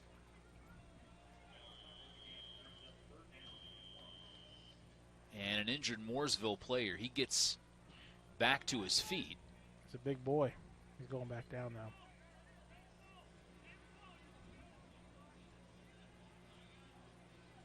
Mooresville with a lot of size on both lines of scrimmage. And, you know, again, even without one of their Division I offensive linemen tonight, been impressive to see what Mooresville has done up front, especially offensively. Both these teams were well prepared for this game tonight, but I think you got to give Coach Gillen and his coaching staff a little extra credit for making the adjustments they needed to as this game has gone on. Whiteland hasn't made those same adjustments. They haven't played poorly, but Mooresville's made the adjustments to get some more for them to get the momentum versus just be in the game to have an impact. Wherever 66 was on the defensive line, I'm going after his replacement on this play. Unless it was Richards that came in. And Richards, the other Big Ten prospect, may be the guy who came in for him. I'd still go after him. 3rd and 1, 6:20 to go. Big play here for the Warriors. They now trail for the first time tonight. Coons going to keep it. Driving forward. Going to have the first down and more. Yeah, quite a bit more. Again, Coons is outstanding on the quarterback sneak.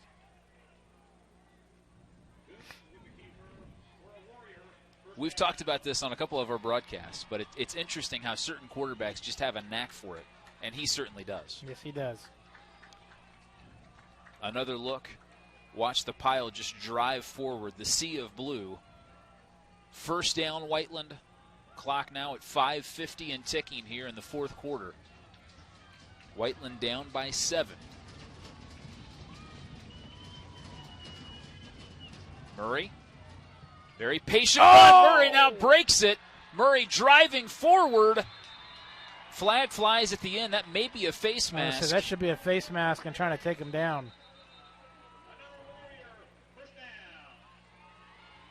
Terrific run there by Murray. Yeah, he's had a couple big ones tonight. Very patient run, too. He took his time and then burst forward. Here's another look. The official stopped, told him to run the clock. This officiating crew has not been on the same page a couple different times tonight. And they're going to wave the flag off there. Chris, you had thought that it might be a face mask. I thought that as well.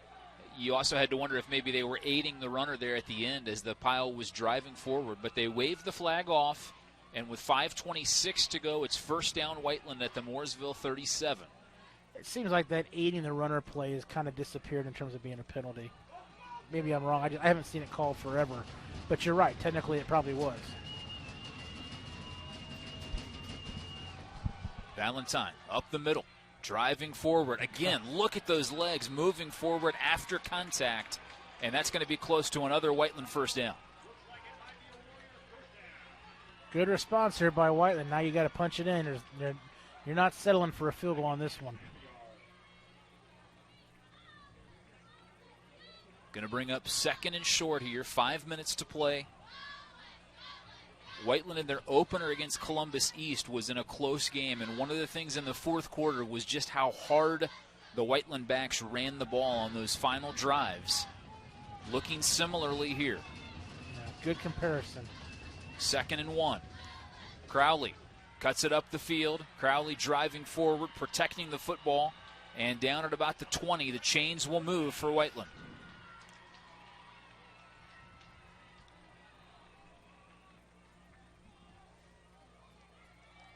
What a great football environment tonight between two teams, both playing for something. First week of October. Great atmosphere.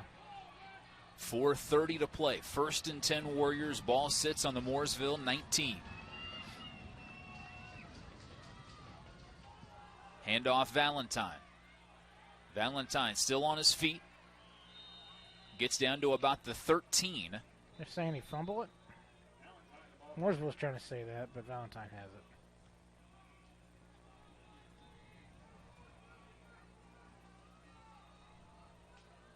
So 4 minutes to go now. 2nd and 3 for Whiteland. And the clock, something interesting to watch here. When does Mooresville decide to use?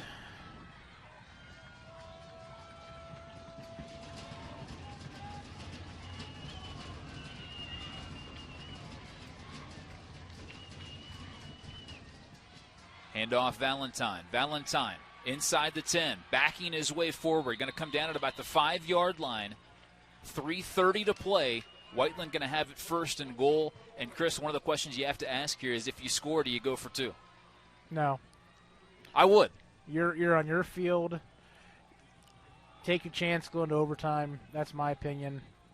With the way the Mooresville offense is clicking right now, I think I would consider it. My guess is Fisher will kick it, though. 3:15 to go. 1st and goal at the 5. If I'm on the road, I go for 2. Handoff. Crowley. Crowley close to the goal line. Touchdown. Nice run there by Crowley. Now the question is, if you make this extra point, and it looks like I feel like he's been close on a couple tonight, but you make this extra point, did you give Mooresville too much time left? Because they didn't use any timeouts. You got your 3 still also, and Mooresville showed they can go down in 2.5 minutes with good clock management.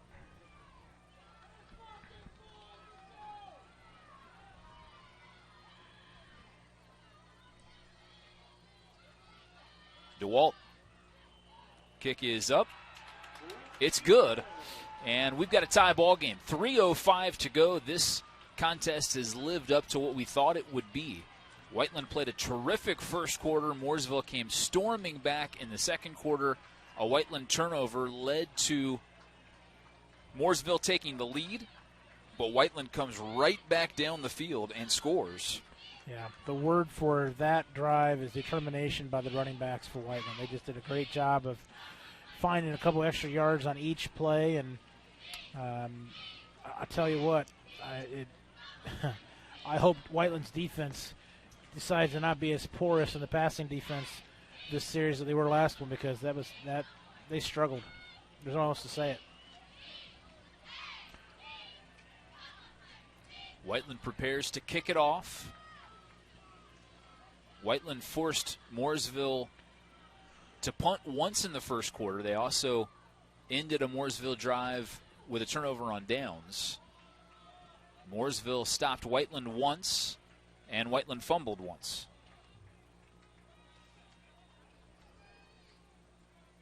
And Whiteland has had a little bit of trouble in the kickoff game tonight. They've done better with sort of the pooch version here in the second half. Let's see what they choose to do here.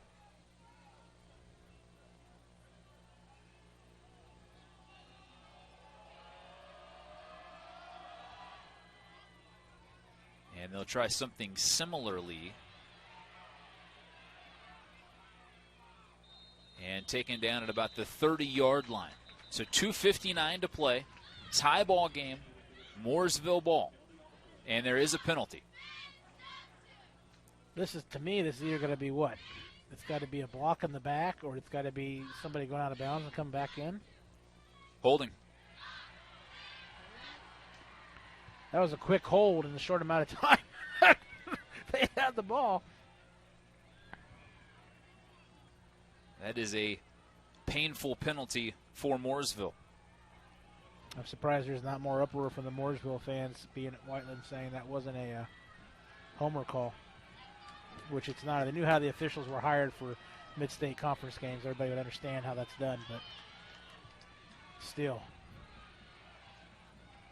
2:59 to go, 35 all. Two really good football teams, Mooresville number 2 in 4A, Whiteland number 5 in 5A. Patterson rolling near side, has a man. Clamp it, dropped it. Yeah, we've talked about how he's had some big plays, but he's also had some big drops, and that was that big drop that he was wide open. He's got to catch that. Brings up 2nd and 10.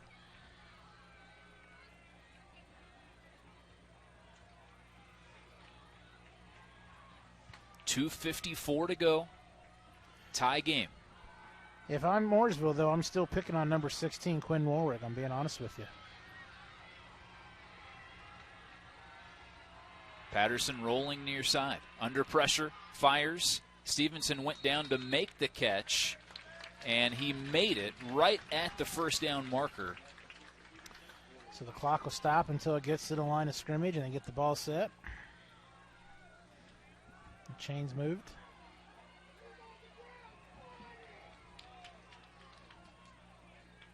And they do officially call it first down. So 2:45 to go.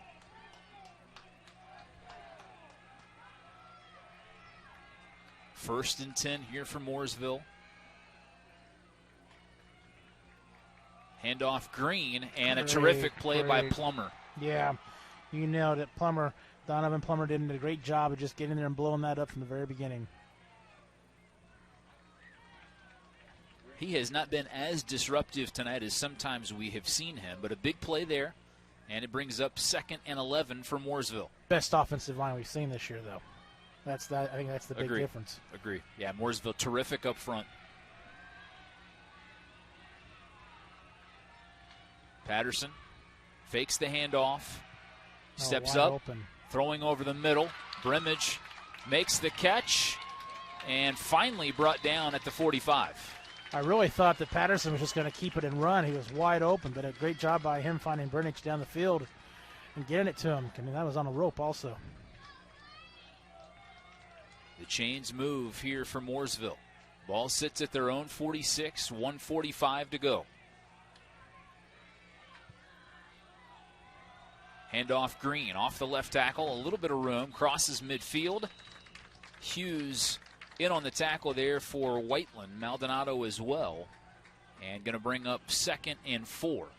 This is where Mooresville's got to use this time a little bit more effectively here. They still got 3 timeouts, but the clock's not stopping, obviously. They're wasting time. Patterson rolling near side, has pressure. Oh, yes. Patterson throwing it away on the near sideline, and Welling was all over Patterson. He's a big, strong kid, though, the sophomore, able to get rid of it. Yeah, Caden did a nice job of getting up in there in his face and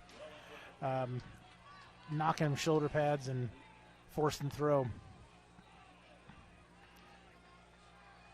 3rd and 5, 3rd and 4. 1:13 to go, tie game. If you're wondering, Mooresville has only taken 1 field goal on the season. They did make it, but not many attempts. Patterson to throw. Looking for Stevenson. Stevenson there, and he dropped it at the 5. Went right through his hands. So now the question is, your Coach Gillen, do you go for this? The minute 5 left from the, 47-48 of Whiteland? Well, this is a tough call here. I think you got to punt it. I think you got to pin him back as far as you can and make Whiteland go down the field in a minute 5 versus give Whiteland potentially the ball at midfield. But you could also say you're only 4 yards from getting a first down, suck it up, men, and make it happen offensively. Looks like they're going for it. 1:05 to play, 4th down and 4. They may let the play clock expire here, down to 3, or they may take a timeout, and they'll take the timeout. You know, I thought they would at least put the punter on the field and give Whiteland something to think about. Do a They've hard done that count pretty or well. something. I mean, the clock was stopped. Do a hard count. You're less than 5 yards. Try to draw them over. I thought it was a lost opportunity there.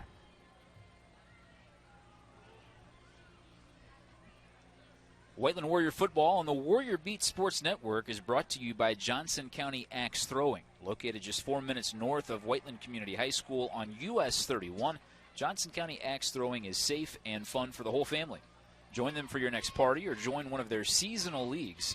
For more information or to make a reservation, call 317-809-7401 today. Johnson County Axe Throwing, proud sponsor of the Warrior Beat Sports Network. Chris, what a terrific game. 1:05 to go. Two really good football teams tied at 35, and Mooresville going to go for this. 4th and 4. Ball sits at about the Whiteland 47. Yep, it's been a blast, and it's going to be exciting here to see what happens on this play. Patterson from the gun with Green to his right. Blitz him.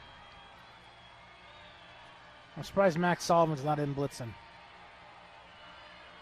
Play clock at 10. Patterson to throw. Near side, Stevenson completes it. Breaks the tackle, and then he ran out of bounds. I think the coaches thought that maybe he could go for a little run down the near sideline when he went out of bounds there, but it is a first down pickup for Mooresville. But what cushion you gave him on 4th and 4? Why are you playing that soft? That was pitch and catch. Stevenson makes the catch. Nice throw from Patterson. 1 minute to play. We've got an official's timeout here. I don't understand the softness in that play. But at the same time, let's give Mooresville's offensive line, they manned up everybody and stopped anything from getting to Patterson and gave him time to find his guy out there on the right side. But I mean, he's 7 yards off of him right now on the right side.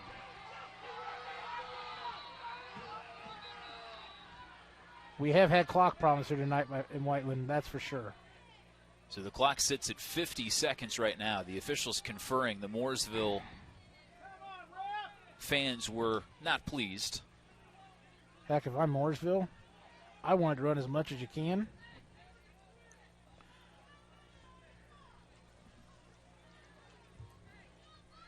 Maxwell Sullivan is in the game here for Whiteland. He'll play left end. The clock back to 1 minute to go.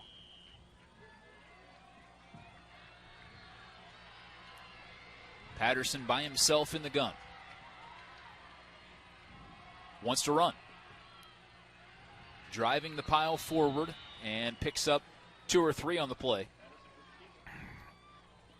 Plummer and Greer in there for that Whiteland tackle. Clock ticking down to 45 seconds to go. I can't believe they're not even going to spike it or not call a timeout. I guess you only got 2 timeouts, but. Patterson to throw. Looking near side. What a catch. Warwick came up on that one, and Stevenson caught it anyway. Going to be a first down. He came up on it, but he still started 7 yards and had to recover. If he I don't want to say you have to jam him, but you got to be 3 to 5 yards. I mean, that got to be nice. 33 seconds to go. Tied at 35.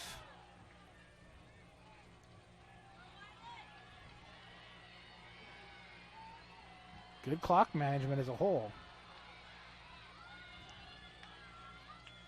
Patterson looking to throw. Screen set up. Green makes the catch. Has a little room near side and now is driven out of bounds after a gain of 5 or so. Clock sits at 26.4. Yeah, that's a great little play call there. Screen, read it. Patterson has shown me a lot tonight, his maturity out there and being able to read things and make the right throw. And as the game has gone on, the quality of his throws have gotten better and better as well. And only a sophomore. Yeah. 2nd and 6 here for Mooresville. Game tied. Ball sits on the Whiteland 21.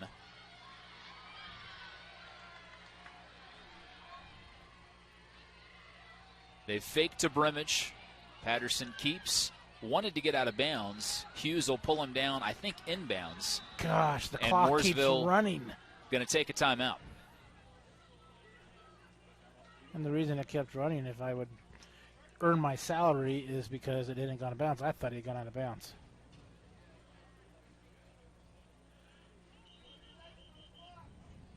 So Mooresville takes the timeout. That's their second timeout, so they'll have one left. 16.7 seconds remaining. 1st and 10 Pioneers, ball at the 16. So the question for Mooresville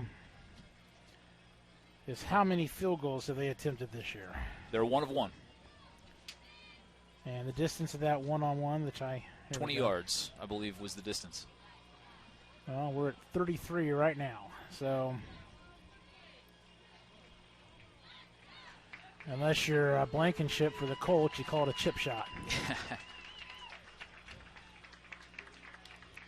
Mooresville in this situation has run Patterson a lot inside the red zone. Let's remind everyone out there that for Whiteland to have a chance at a share of the Mid-State Championship, they've got to win tonight. So again, right now, Mooresville in the lead in the conference. Decatur and Whiteland each have 1 loss. So if Mooresville wins tonight and wins out, the conference title is theirs. They'll win out. If Whiteland wins tonight and wins out, assuming Mooresville and Decatur win out the next couple of weeks as well, there would be a 3-way tie for first. 16.7 seconds remaining, 35 all. 1st and 10 at the Whiteland 16. Patterson looking far side all the way. Defender is there. That was good coverage. And Nickum knocked it away. Yeah, Nickum did a nice job of turning his head, seeing the ball coming, filling the offensive guy there, but in no way did he lock him up or anything like that and not see the ball. So nice job by Nickum for Whiteland. Another look. Patterson threw it out there a long way. Stevenson wasn't sure which shoulder to look over. He ended up looking over his right shoulder. Couldn't come up with it. Brings up 2nd and 10. 12.5 seconds remaining. 1 timeout left for Mooresville. What you don't want to do is have to call a timeout because you don't get out of bounds here. Patterson keeps driving forward. 6.6 seconds remaining. So the question is, do you kick the field goal now? You're in the center of the field. You don't risk another play and not getting out of bounds because you use your last timeout. I think you got to kick the field goal. Yeah, if you're going to try the field goal, I think you try it here.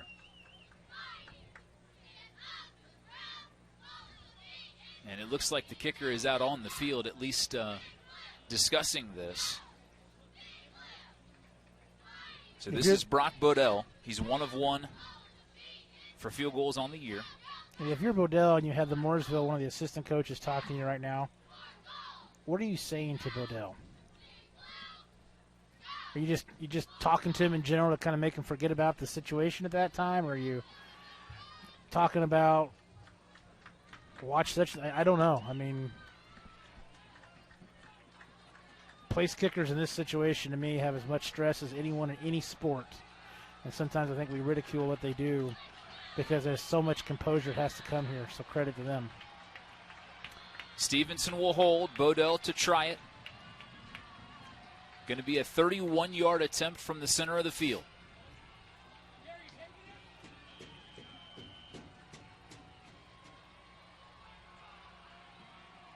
It comes down to this.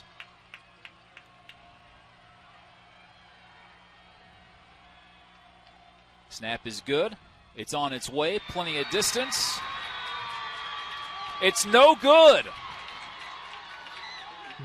And the clock should go back up. There should be 2 to 3 seconds, probably 2.5 seconds on that clock. What's interesting is that the Mooresville fans thought they made it. And I watched all the Whiteland players, and they were all waving their arms like it was no good and going back to their sideline. The one thing I've not seen in my years doing any broadcasts here at Whiteland, I've never had an overtime football game. I think we're about to have the first. They're going to put a couple seconds back on here. My guess is that Coach Fisher and Whiteland will take a knee. Here's a replay. Let's see.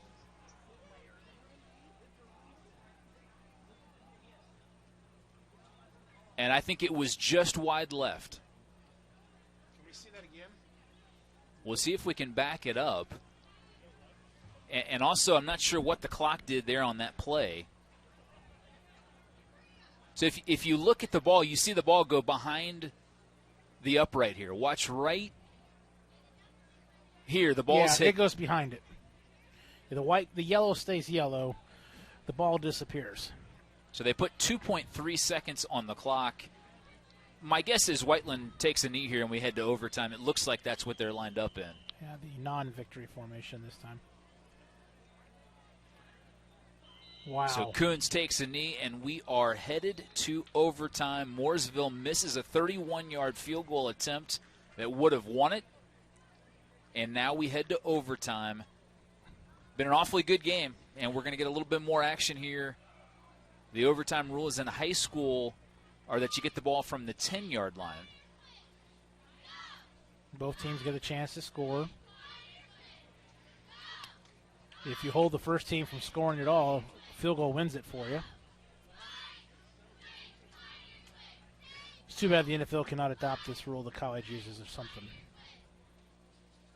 Just personally, this is my favorite overtime rule out of NFL, high school, and college. Coach Fisher out in the center of the field, and it looks like Coach Gillen going to come out as well.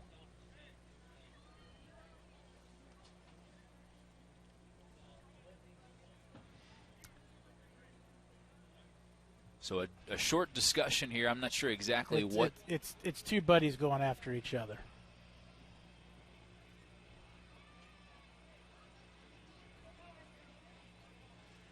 I wonder if Lucas is able, our producer is able to zoom in on that field goal attempt and show that to us when the game's over with, if it has any kind of implication for Mooresville. Because social media is going to be going crazy with that one in the world of Mooresville. Well, watching it live from this angle, I thought it was good. One thing I've learned over the years is I always wait for the officials to signal, because I have gotten it wrong a couple of times. And sure enough, they signaled that it was not good. I think the replay showed that they were correct in their call. If you look at the yellow of the goalpost, it stays there. The football disappears. We'll try to get some final scores from other games. Center Grove ended up winning 57-14 over Pike. And Pike was up 7-0 in that game. Indian Creek beat Manual 41-0. At last check, Decatur Central had come back and taken the lead on Greenwood. That was 35-21. And just talking about a Whiteland opponent coming up here in a couple of weeks, Greenwood scares me. Mooresville leading Perry 42, or Martinsville, excuse me, leading Perry 42-9. Perry's a work in progress. Mount Vernon defeats Newcastle tonight 48-6. Your Marauders are playing well this year. Mount Vernon playing well. I think they may see these Mooresville Pioneers down the road if both teams continue to play well.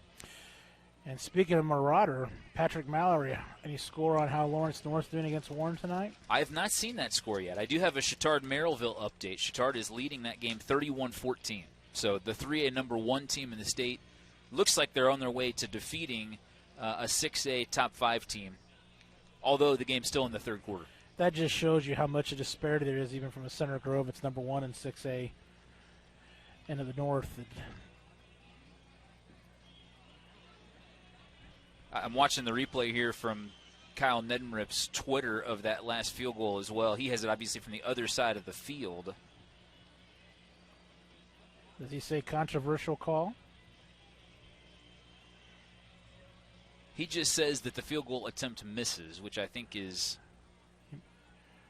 correct. You mean he didn't give an opinion? He did not give an opinion. Here we go, overtime. Mooresville will have the ball first. Both teams are guaranteed an opportunity with the ball. You get it at the 10.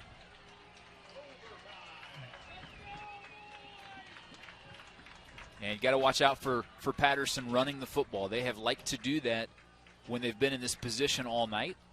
They probably would have liked to do that on that last drive, but the time and the timeout situation wouldn't allow them. Yeah, that's a good point. Green with the carry. And taken down after a gain of 2 or so. Sullivan remains on the field on defense here for Whiteland. I tell you what, on the Whiteland fan base, so they better get up and get a little louder here. They're pretty passive right now. This is overtime. Your team was up. They let them take the lead. You've come back to tie it in, and you're sitting down over there. You're in an IU football game, is what you sound like. Get up. Support these Warriors. So 2nd and goal from the 7. First overtime. Patterson with trips to the near side. Gonna run. And he's upended right at the line of scrimmage. Fumble! He fumbled as well. They'll say he was down. Yeah, the ground caused the fumble. Yep. Still great tackle. And a Whiteland defender, that's Plummer, he's able to get up, thankfully. He was slow there at first. Yeah, Plummer took him out, took Patterson out. Lucas, if we can get another view of that, it'd be nice to see that fumble. Here it is.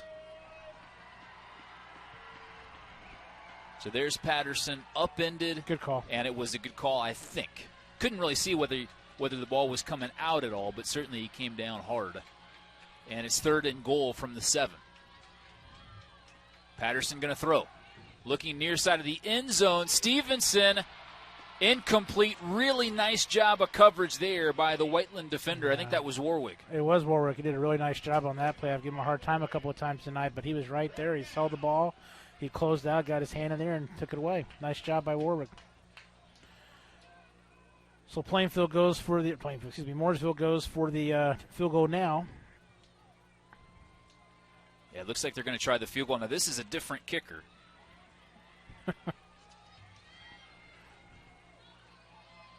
So this is Kenneth Curry, a sophomore. The Jim Harbaugh philosophy, one guy makes one mistake, you're gone. Kick is up, hits the goalpost, and it is no good. Whiteland, with any points at all here, will win the game in first overtime. Wow, that's deflating if you're Mooresville. You've come back. You played so well this second half. You can't really argue with anything Mooresville did for the middle part of that second quarter on in this game tonight. They really opened it up and did some trickery plays that really got a couple of good series for them there in that that third quarter, and have it to come back to this after taking the lead 35 to 28. Wow. Wild game here tonight. So Whiteland takes over. Any points at all, whether it be a touchdown or a field goal, will give Whiteland the win.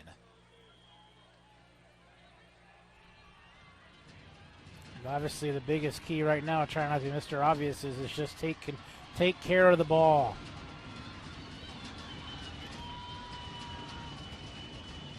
Mooresville students on their feet.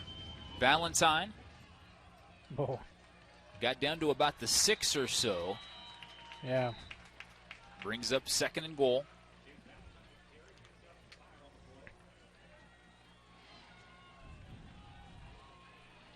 And I think also right now you're going up the gut because you do have to go for the field goal. You want to give it the best angle you can.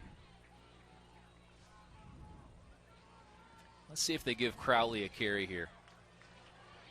I agree with you. It'd be nice to have it in the center of the field, but Crowley's had a good night as well. Here he comes in motion. Back to Valentine. Valentine right up the middle. Touchdown, and the Warriors win in overtime. What a fantastic game. And you go back to the guy Valentine, he's the heart and soul of that offense this year, guys. Let's just be honest on that. And congratulations to him, and congratulations to Whiteland. An absolutely fantastic football game. I'm really impressed with Mooresville. Yeah. Again, they played this game without one of their better players, an offensive lineman who will head to Purdue. And even still, after a rough first quarter, they come and battle their way back. They had a shot to win at the end with a missed field goal. Then they miss a field goal in the first half of overtime.